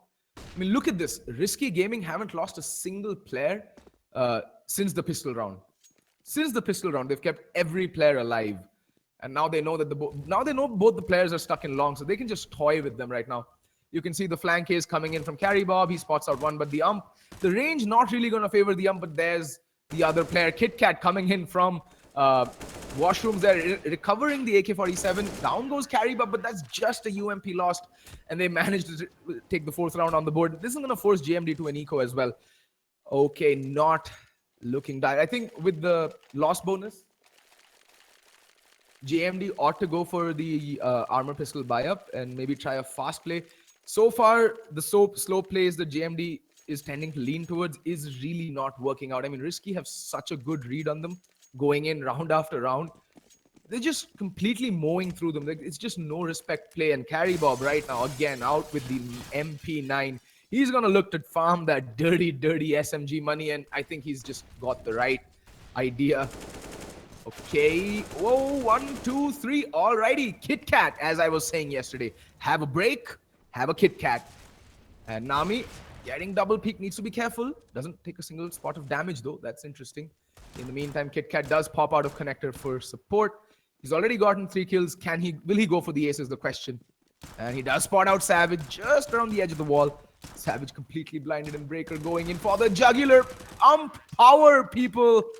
Completely mowing them down left, right, and center. Yeah, that was a complete mow down. Like, just straight up annihilation. JMD Gaming, my God.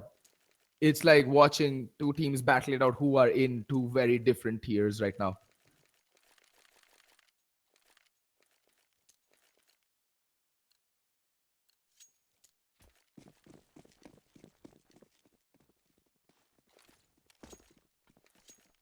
Alrighty, so what do JMD do is the question. KitKat, yet again, playing connector. And they know they're against a bias. They go, oh, look at that. Just corner peeking that angle. Just trying to peer over the smoke. But that smoke just not going deep enough. And there we go. Havoc opening things up. He's playing aggro. He's pushed up all the way. Teammate. He does not have a single care in the world. And that was Savage. The Opper, the hard carry, and Havoc just collecting heads for I don't know what, but he's just killing everybody he sees. Okay, then. Down to a 3v5. And KitKat holding an off angle. Might just be catching Proud off guard here. And he also has Nami in for support. This is going to be really ugly, folks. Oh, Nami baiting off a shot. There we go. Down goes Havoc. Lucky finally finding a kill. That's the first death Risky have had in 5 rounds of play. In 4 rounds. I kid you not, folks. I kid you not. And it does look like it's going to be a hit over towards the B bomb side. And KitKat's already primely poised to stab them in the back should the need arise. He's in connector. He hasn't been spotted out. Connector hasn't been cleared by JMD Gaming. And now they're on their way back. And KitKat's hearing all of this. The information that he's handing out to his teammates right now is just absolute and pure gold. And look at this. Carry Bob playing the offest of angles possible and does spot out Lucky. And gets the drop in on him. Okay, then. In the meantime, it's going to be Breaker. And yeah, KitKat pops out of connector and finishes off the round. Well, Risky do lose 2 players, but I don't think at this point they really care. The money on them is just absolutely ridiculous. Nami's on 10k. That is after buying into this round. And everyone is on 10 plus k. In fact, KitKat didn't have to spend a single dollar. Oh no, he spent $300 on a smoke. Alrighty then. 15k, 9k. On an average, the team money on Risky is above 10 grand. And that is, to say the least, impressive. And that is how thorough and that is how dominant they've been thus far. JMD Gaming, what will they do? They have a fairly light buy, but armor AKs across the board. And they're going to go rush B, no stop, my friend. Complete matchmaking strat. And they're going to get caught off guard. Rio actually needs to be careful. He's alone on the bomb site. Spots out Proud. Oh, and retreats into the smoke. But Proud and Lucky will double team him and get the kill. And this fast play might just work out. In the meantime, Rio Meister finding the kill on the Carry Bob. Righty then. This is actually working out. Nami with the AWP. What can he do? It's a 5v3. First time. And Nami missing the flick shot. I don't think he realizes that he's connected all to the kill. Okay then. Like a bloodbath going over by B shot and not landing a single kill. Havoc finally managing to get 1 kill. And Nami in the meantime, he's paranoid. He thinks he's going to get flanked from left, right, and center. And missing the shot on Lucky. Not really doing himself any favors there, Nami. And JMD Gaming, finally, the fast play working out. Like they were taking it really slow and being really methodical up to this point. But now finally JMD Gaming switch things up a bit, go YOLO B, and it completely works out for them. And they managed to keep 3 players alive. That's the golden number. That's as low as you want to go when you've, bought to your last dime, so that you can start building that economy. But JMD Gaming need to be careful. They're on the precipice of actually getting reset should they lose this round. And the money on Risky is such that they have no fear. They can actually buy into this round without a single care or worry. And KitKat, again, we're going to see a fast play over by the B bomb set. But this time, I think they're ready. And KitKat, Carry Bob does land 2 kills. And that's huge. In the meantime, Proud landing 2 of his own. So it's going to be even Stevens, even trades coming across the board. And there we go. Havoc just playing above the smoke on the bomb side. Beats the hasty retreat. That's very smart play coming in from him, while KitKat hides behind sandbags. And Havoc's just playing distraction for him. He's just trying to make as much noise and be as much of a nuisance as possible on the bomb side. And look at this, man. The way he plays this bomb side is just pure gold. And Nami, in the meantime, does find the kill on a Proud. And Havoc's heard Lucky. Lucky needs to be careful, but that doesn't matter because Nami is there wielding the big green gun, and he's not going to miss. He's messed up 1 round, and that's all that you'll get from Nami. That's all the leeway that Nami will give you. And there we go. Risky immediately resetting JMD's economy. Fool me once, shame on me.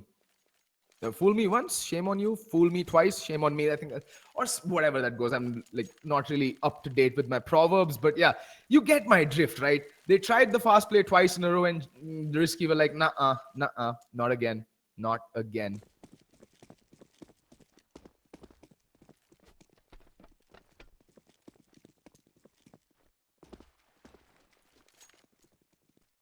Okay, then. Action gonna be heated up towards the A bomb side this time. They're gonna force their way long. They only have pistols to work with. Long, they might rotate through restrooms to get the close range advantage, but yeah, I think KitKat will have a line of sight on them. He's gonna spot out. Deathmaker does get dinged down to 10 HP though, and Nami needs to beat a hasty retreat. Op, not the best place.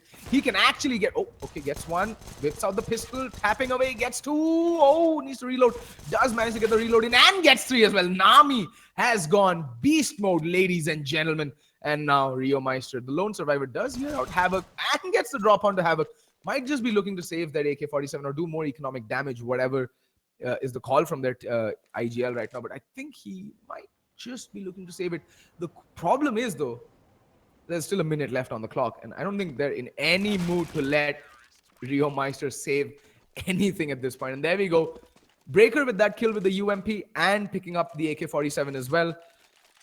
Wow, this has just been such a one-sided affair up till this point. Yes, I know it is a CT map, but it's not the fact that it's a CT map and the rounds have been close. The rounds that Risky have won so far have been so emphatic. And it's just, they've done it with a stamp of authority. They've just not given any quarters or any leeway to JMD Gaming. They have no respect at this moment. And there we go, the fancy smoke for Monster. And it looks like it's going to be yet another fast play towards mid and fountain area. Okay, they're doing the fancy boost over for Canals, and Proud needs to be careful. Still, I don't think they've cleared Connect yet. Savage, I think, does spot out ahead. KitKat tapping away, but loses his head. In the meantime, both the connector players fall. It's down to a 3v5 yet again, and now it'll come down to the 8 defenders. These 2 players have made their way over to the A-bomb site, and Nami needs to be careful. Does get spotted out by APC. In the meantime, Breaker, look at that. He's just, I think he's in behind them. Nope, Rio Meister's there. Deathmaker's making his way in. Will they be checking it is the question. Gets 1, but now he needs to be careful. He's gonna get double teamed up in here. Yeah, there we go. Does not really check it, and the A defense completely capitulates. So, as it would seem, the best way for JMD Gaming to get rounds on the board is to just alternate fast plays between the A and B bomb site and keep Risky guessing. The 2 rounds that they've picked up now have come on the back of extremely fast plays onto either the A or the B bomb site. And Savage finally managing to salvage an op. This might have just be the catalyst that JMD Gaming need to go off in this game. Savage has been deprived of his favorite gun, the big green gun or the AWP thus far. So I'm interested to see where he takes this and what he can pull off.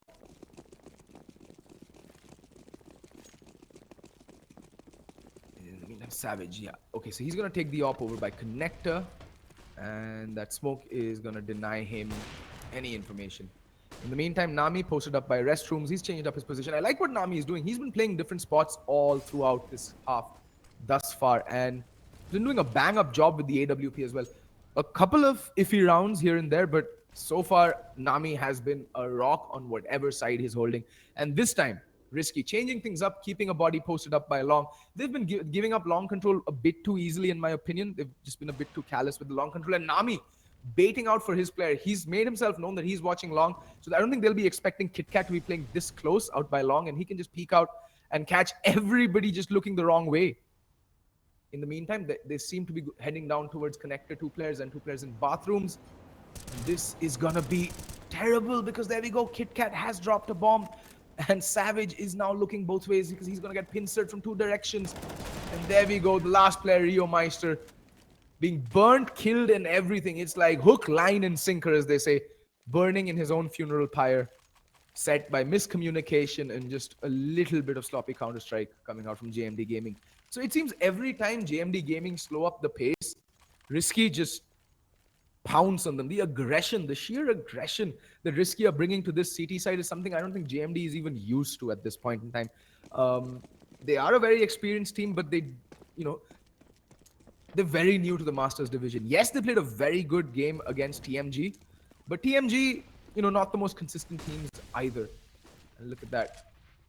Play over by Canals, and it's gonna be Breaker on the op this time, managing to land a collateral of all things. And there we go, Carry Bob with the kill as well.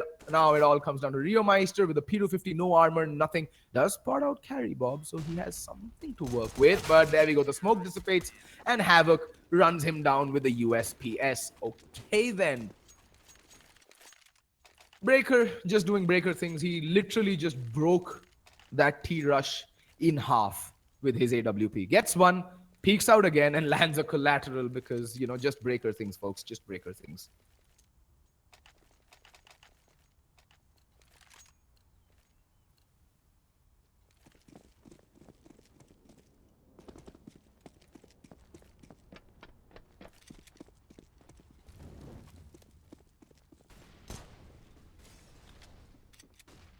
In the meantime, yet again, they're focusing their attention all over Long. And okay, good. They've made some noise. Finally, a buy does come out from JMD Gaming. The thing is, I've been looking for them to switch things up. They've been more or less trying to do the same thing over and over again. And if any one of you in the audience have played Far Cry 3, you would have heard what Vaz had to say about Insanity, right? Insanity is trying to do the same thing over and over again, expecting the outcome to be different. And this slow play for them has not worked out. Look at this Havoc. He's in T-spawn, for crying out loud. He might just not get another kill. And there we go. Has bomb down as well. Are you kidding me right now? Havoc is just raining hell fury down on JMD Gaming. He needs to be careful. He's going to get flanked right now. But there we go. He's done the damage. He's got 3 kills for the round. What more can you ask of this man? And does spot out Proud as well, who will get a consolation kill, but that's all that's going to come his way, in my opinion, because Caribab continues hitting spray and kind of missing that, kind of fluffing that. And in the meantime, Proud has gone on a tear, though, but finally, Nami does put him out of his misery. Jesus. What? Why? There's no need. Like, I don't get it. The scores are 11-2. What have you got to lose, JMD? It's just another round, right, at this point. Go for the fast plays. Those are the only things that have worked for you. So you have to take the fight to a team like Risky. You cannot be this passive against a team like Risky. They're just going to get impatient and push you. And believe you me, their aim is so on point at this point in time that they are not going to miss. You just saw what Havoc did to you. Like his name, Havoc. I mean, it's kind of true, living up to his namesake right there. Breaker needs to be careful, though. He needs to fall back. He has literally no support. And, okay. Fast play out by Long. And yet again, Risky not posting anyone there by Long, but Breaker just flicks onto Savage and ends him. And I know he's against a completely eco team. There's no armor. So, but still, the potential to get run down is there. Oh, Breaker spotting out Proud. Okay, then. Breaker just playing with fire. Triple peeks the guy and finally gets the kill. And in the meantime, now it's down to Deathmaker. He's all alone, flanked on both sides by 2 ops and a bunch of rifles. What can he do? Does spot out Havoc. Havoc's just toying with him right now. They're going ring about the rosies right now. Left, right, left, right. Does manage to land the headshot. The good kill from Deathmaker. If anything, JMD can take away from this game is knowing the fact that, yeah, their aim is almost at par with Risky. They've been chiming in with some good kills when they can isolate the 1v1s. The difference between Risky and JMD Gaming have been that Risky have just not presented JMD with too many 1v1s, and when they have, it's basically been Havoc creeping up, behind enemy lines like the creepy uncle, tapping them on the back and then shooting them in the face as they turn around. Yeah. So far, very good for Risky and a little lackluster for JMD Gaming. But what to do? And KitKat. Oh, Nami taking a lot of damage early round. I think that's nades being chucked over towards mid. And they literally, I think Nami caught them with his thigh. And the nades were grinding him in areas that otherwise would have been pleasant to be ground on, but not with an HE nade.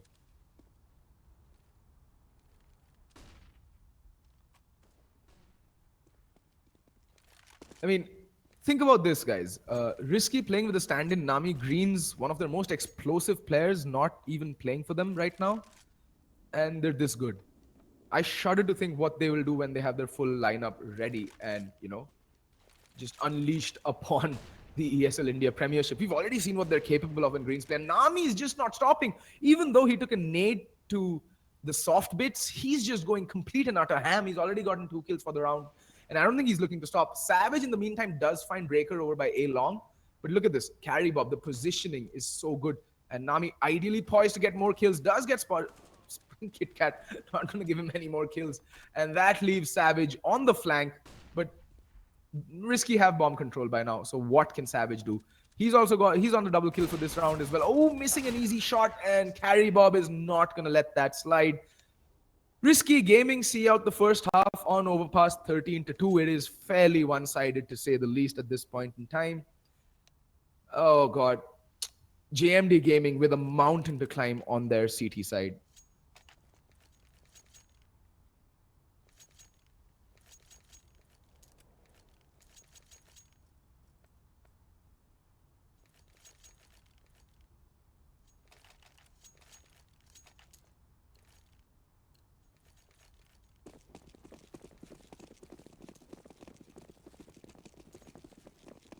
Alrighty, we're on the way with the pistol round. A round that is desperately needed to be picked up by JMD Gaming and KitKat.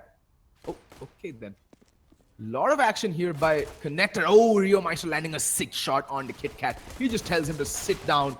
But Havoc and Nami just gonna double up there and get 1 kill. Nami, can he do more? Oh, Deathbreaker was just so... Deathmaker, sorry, my bad.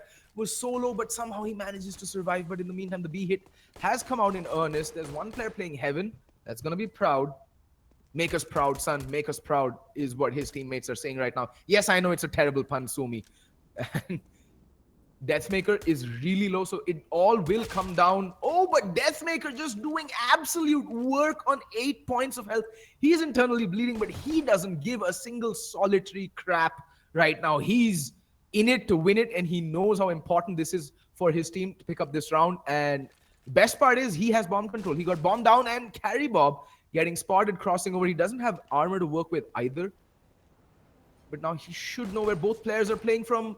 He could, just rotate towards the A bomb side. There's enough time to mount this quick rotate, but I think that it's going to get heard out. It's going to get heard out, and the rotation should already be in from Proud. And he should be waiting by Dumpster as the A hit comes in. And yes, he does. And a beautiful headshot from Proud to see off this round. But the hero of that round has to be Deathmaker. JMD Gaming putting the 3rd round on the board. And I have to say, credit where credit is due. Deathmaker, masterfully played, sir. Masterfully played.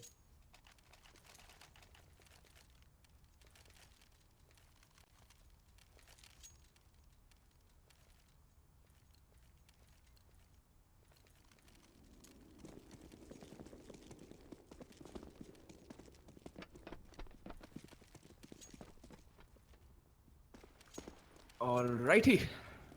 Force buy coming in from the T's. It makes sense on the T side to force buy into this round because they're going to have the money to go into the next round, even like if they manage to get a few kills. And the Tech 9 and armor, as always, since the beginning of time, have been OP. And we have 3 Tech 9 armors out on Risky Gaming right now. Have a couple of smokes as well. There's 4 smokes. So they can do a set execute over by the B bombs, and it looks like that's what's going to be coming in. Havoc lining up the heaven smoke right now, and Breaker with the crossing. Yeah, the smokes go raining in, and Deathmaker, I think he might have timed out. Oh no, he is doing what Kit Kat did to him, returning the favor, revenge you for damage, and all of a sudden in the blink of an eye, it's all Kit Kat, and he's alone, and he has 3 CTs to find. And yet again, Deathmaker being the difference in this round as well. Ideal position, just returning the favor to Kit Kat that, dude, you did this to me, now it's my turn to bring the hurt to you. Thank you very much. Thank you. Come again.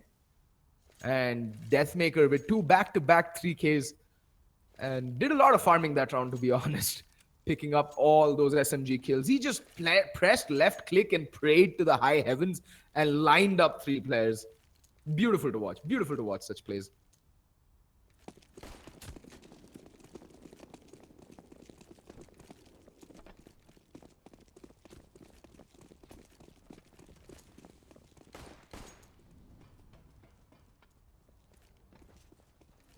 Alrighty, completely naked. The T's stripped of all their armor and their armaments as well. And now they're headed for long control. It's cute. Glocks and A-long on overpass. But yeah, they're going to be wrapping around through washrooms and maybe try and isolate Savage, who's playing alone, by the way. He does have an M4, but looks to be at the worst possible moment, but does find one. Can he spray down anyone else? No, just the 1 kill. And the M4 has been retrieved onto Havoc. What can he do with it is the question. Lucky still with the MP7 on the A-bomb site. He can actually mow down a lot of players. But in the meantime, Rio Meister coming in for the quick flank, and Deathmaker and Rio Meister raining down Hell Fury on them. And there we go. 5 rounds on the board for JMD Gaming, but now the buy does finally come out from Risky Gaming.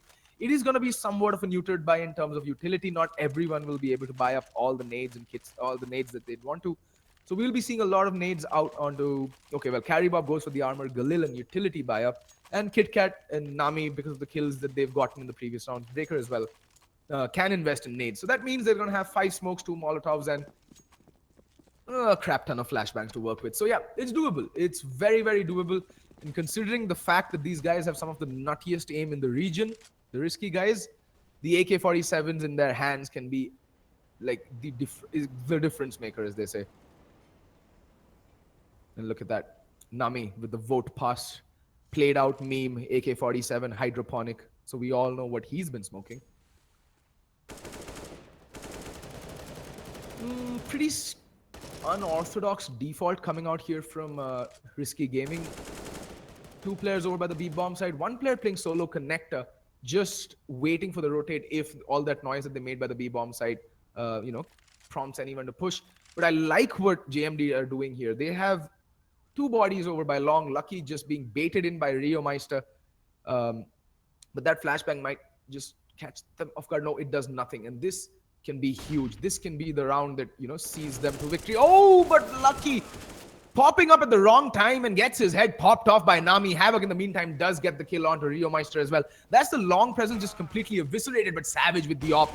He has to go Savage. Gets 1, gets 2, but unable to do anything more. Breaker does put an end to his, tyranny there. Tyranny, yes, that's the word. In the meantime, it's a 2v5. Deathmaker is there by the dumpster, and Proud is on the flank, does get 1 kill, but now they know where both these players are playing from. But Proud has done enough to, sow the seeds of doubt in the minds of the Risky players. So they don't really know where exactly they should plant. And they're taking their time now. And it's going to be a bank plant. Not the best of ideas. Both the players from the CT side have rotated towards bank and dumpster. Oh, Deathmaker spotting out Breaker and absolutely eviscerates him. In the meantime, it's Havoc in a 1v2. It is not planted for him, so he needs to be careful. He is playing out by Long. If someone peeks him, he could get the drop on them. Havoc gets 1. Reloading. Don't really know why. Lots of bullets, but Deathmaker yet again with a huge round and the clutch to seal out. 6 rounds on the board for GMD Gaming, and now Risky will have to save. They did get the bomb down. They did get the bomb down, and they've lost 4 in a row. They might be able to buy into this round. I think they might be buying into this round. It's again going to be a very light buy. if I were them, I would just go with the armor pistol and go with a full buy next round. I mean, it's okay, 6 rounds. You still have 7 rounds to play with. No need to force the issue. You can still just go for... Okay, fine. They're going to force it up. It's going to be 3 AKs, 2 UMPs, and some utility to work with. They have 3 smokes, 6, 7 flashbangs, and 3 Molotovs. And it looks like it's going to be a fast play over by the B bomb site, which is where Deathmaker is headed. This man has been the difference so far. And Proud is going to peek long and spots out Nami. That's 1 AK out already. Legs Kit. Savage gets a kill onto KitKat, and he's already legged 1 player. But, oh, Proud needs to make his way out of there. Havoc does manage to get the kill on a Savage, but Proud gets the bomb down and gets another... Oh, Havoc gets the kill on a Proud, but does get taken down. And Carrybob left all alone with a UMP and facing off 3 rifles. No ops, though, so that's one thing. But does get shot in the back by Lucky and goes down. That's 7 rounds on the board for JMD Gaming. And now Risky might just have to eco. Okay, they're going to force buy it yet again, I'm guessing. I mean, just go armor pistol, guys. Go 1 round armor pistol. You're on max loss bonus. You've already shown us what you're capable with the Tech 9s and armor. You won out yesterday's game against Wolves on an armor Tech 9 by an Inferno. You know, just go with it. Go with the flow. What's the worst that can happen? But I'll have to say this about JMD Gaming. Their CT side on Overpass looking a lot more solid. Definitely a lot more solid than their T side. And ladies and gentlemen, JMD Gaming are a team that are forced to be reckoned with. They're not ones to just keel over and die, but look at this fast B play coming in. And just 1 player left, that's Deathmaker. Gets 1, but unable to land the kill. And there's no one on the rotate. Everyone was just so far spread out towards mid and long right now. The rotations are just going to be so low, which means so slow, which means that post plants can come in with utter ease.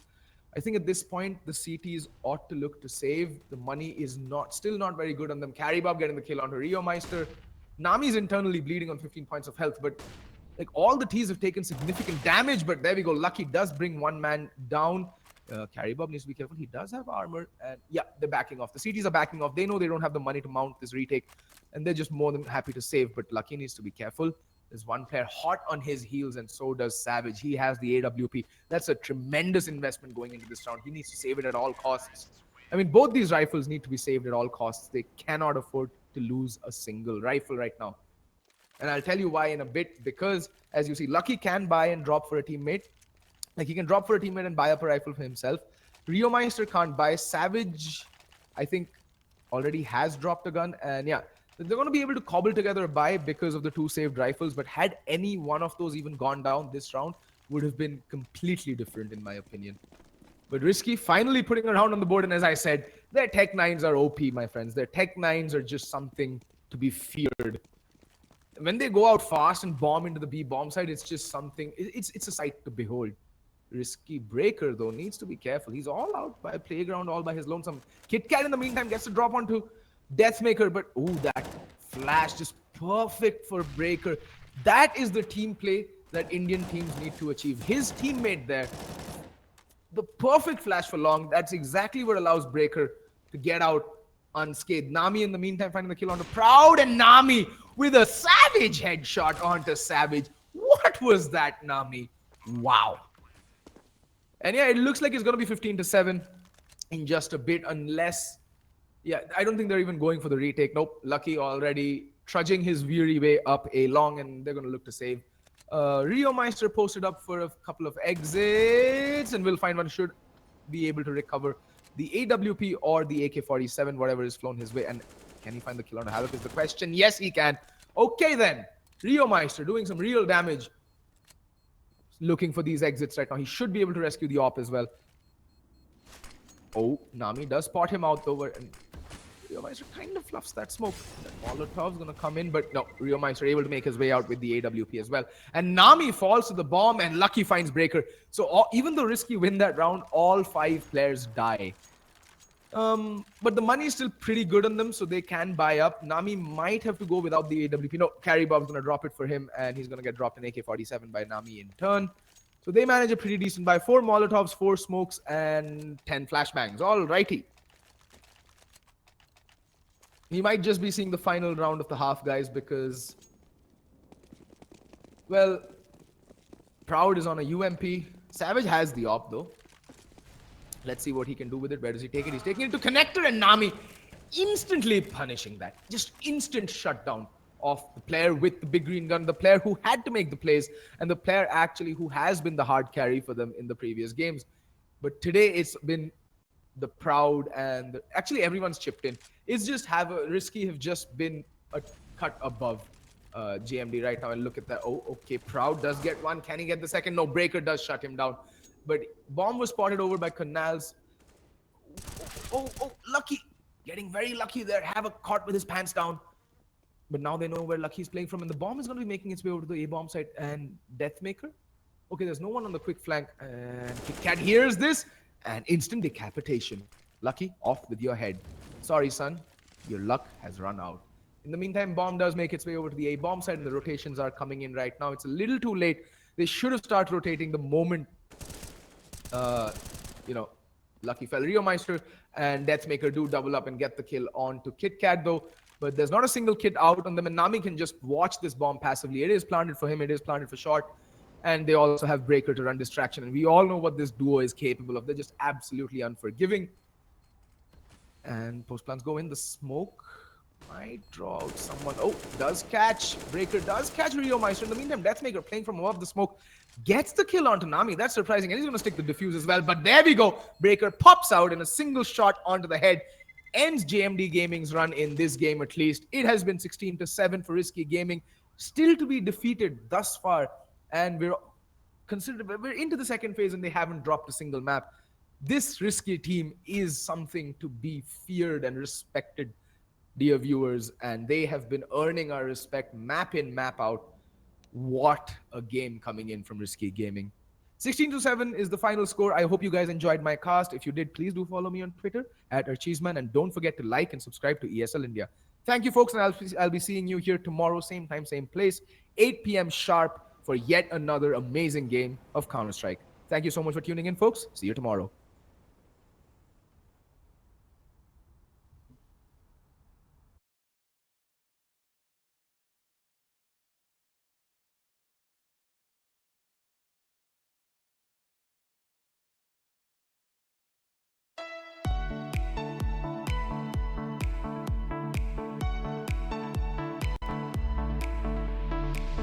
Cold light falling on the ground. Long day, but we won't back down. One thing playing on our minds. Long wait, but we won't give up now.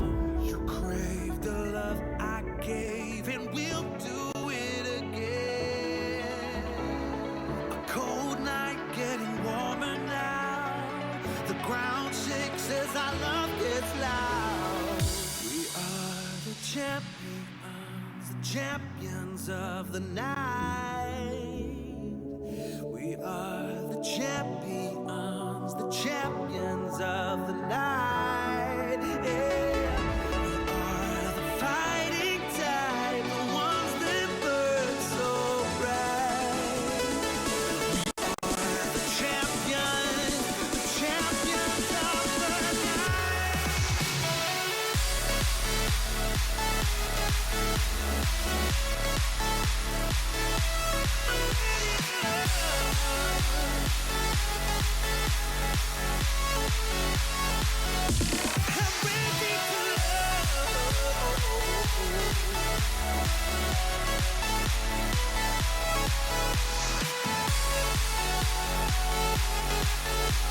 Champions of the night. Can't tell if we're dreaming now. We watch as the fire falls down. One thing playing on our minds. Time stops and we don't make a sound. You crave the love I gave, and we'll do it again. A cold night getting warmer now. The ground shakes as our love gets loud.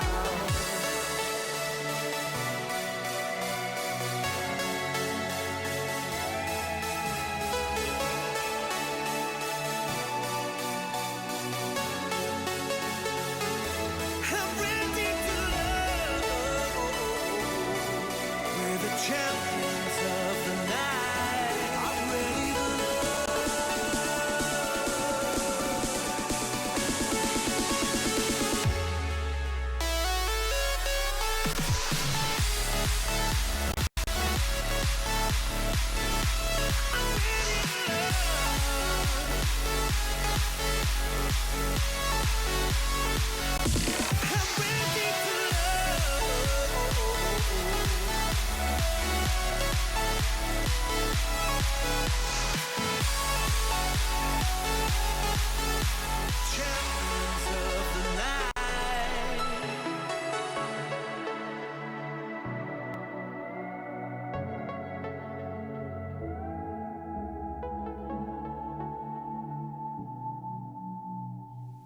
Whoa, Risky Gaming boys are on fire. These guys are unstoppable, but really good match. And I just can't wait to see these guys play again. Now, everyone who has been watching us on ESL India Facebook page and those who have been joining us on the YouTube ESL India channel, thank you so much for being with us on ESL India Premiership 2017, sponsored by Oman by HP, HyperX, and Zoe by BenQ, organized by Nodwin Gaming. This has been an incredible night, and I am Orin Pershan Mia Shirari signing off, and hopefully I'll see you soon.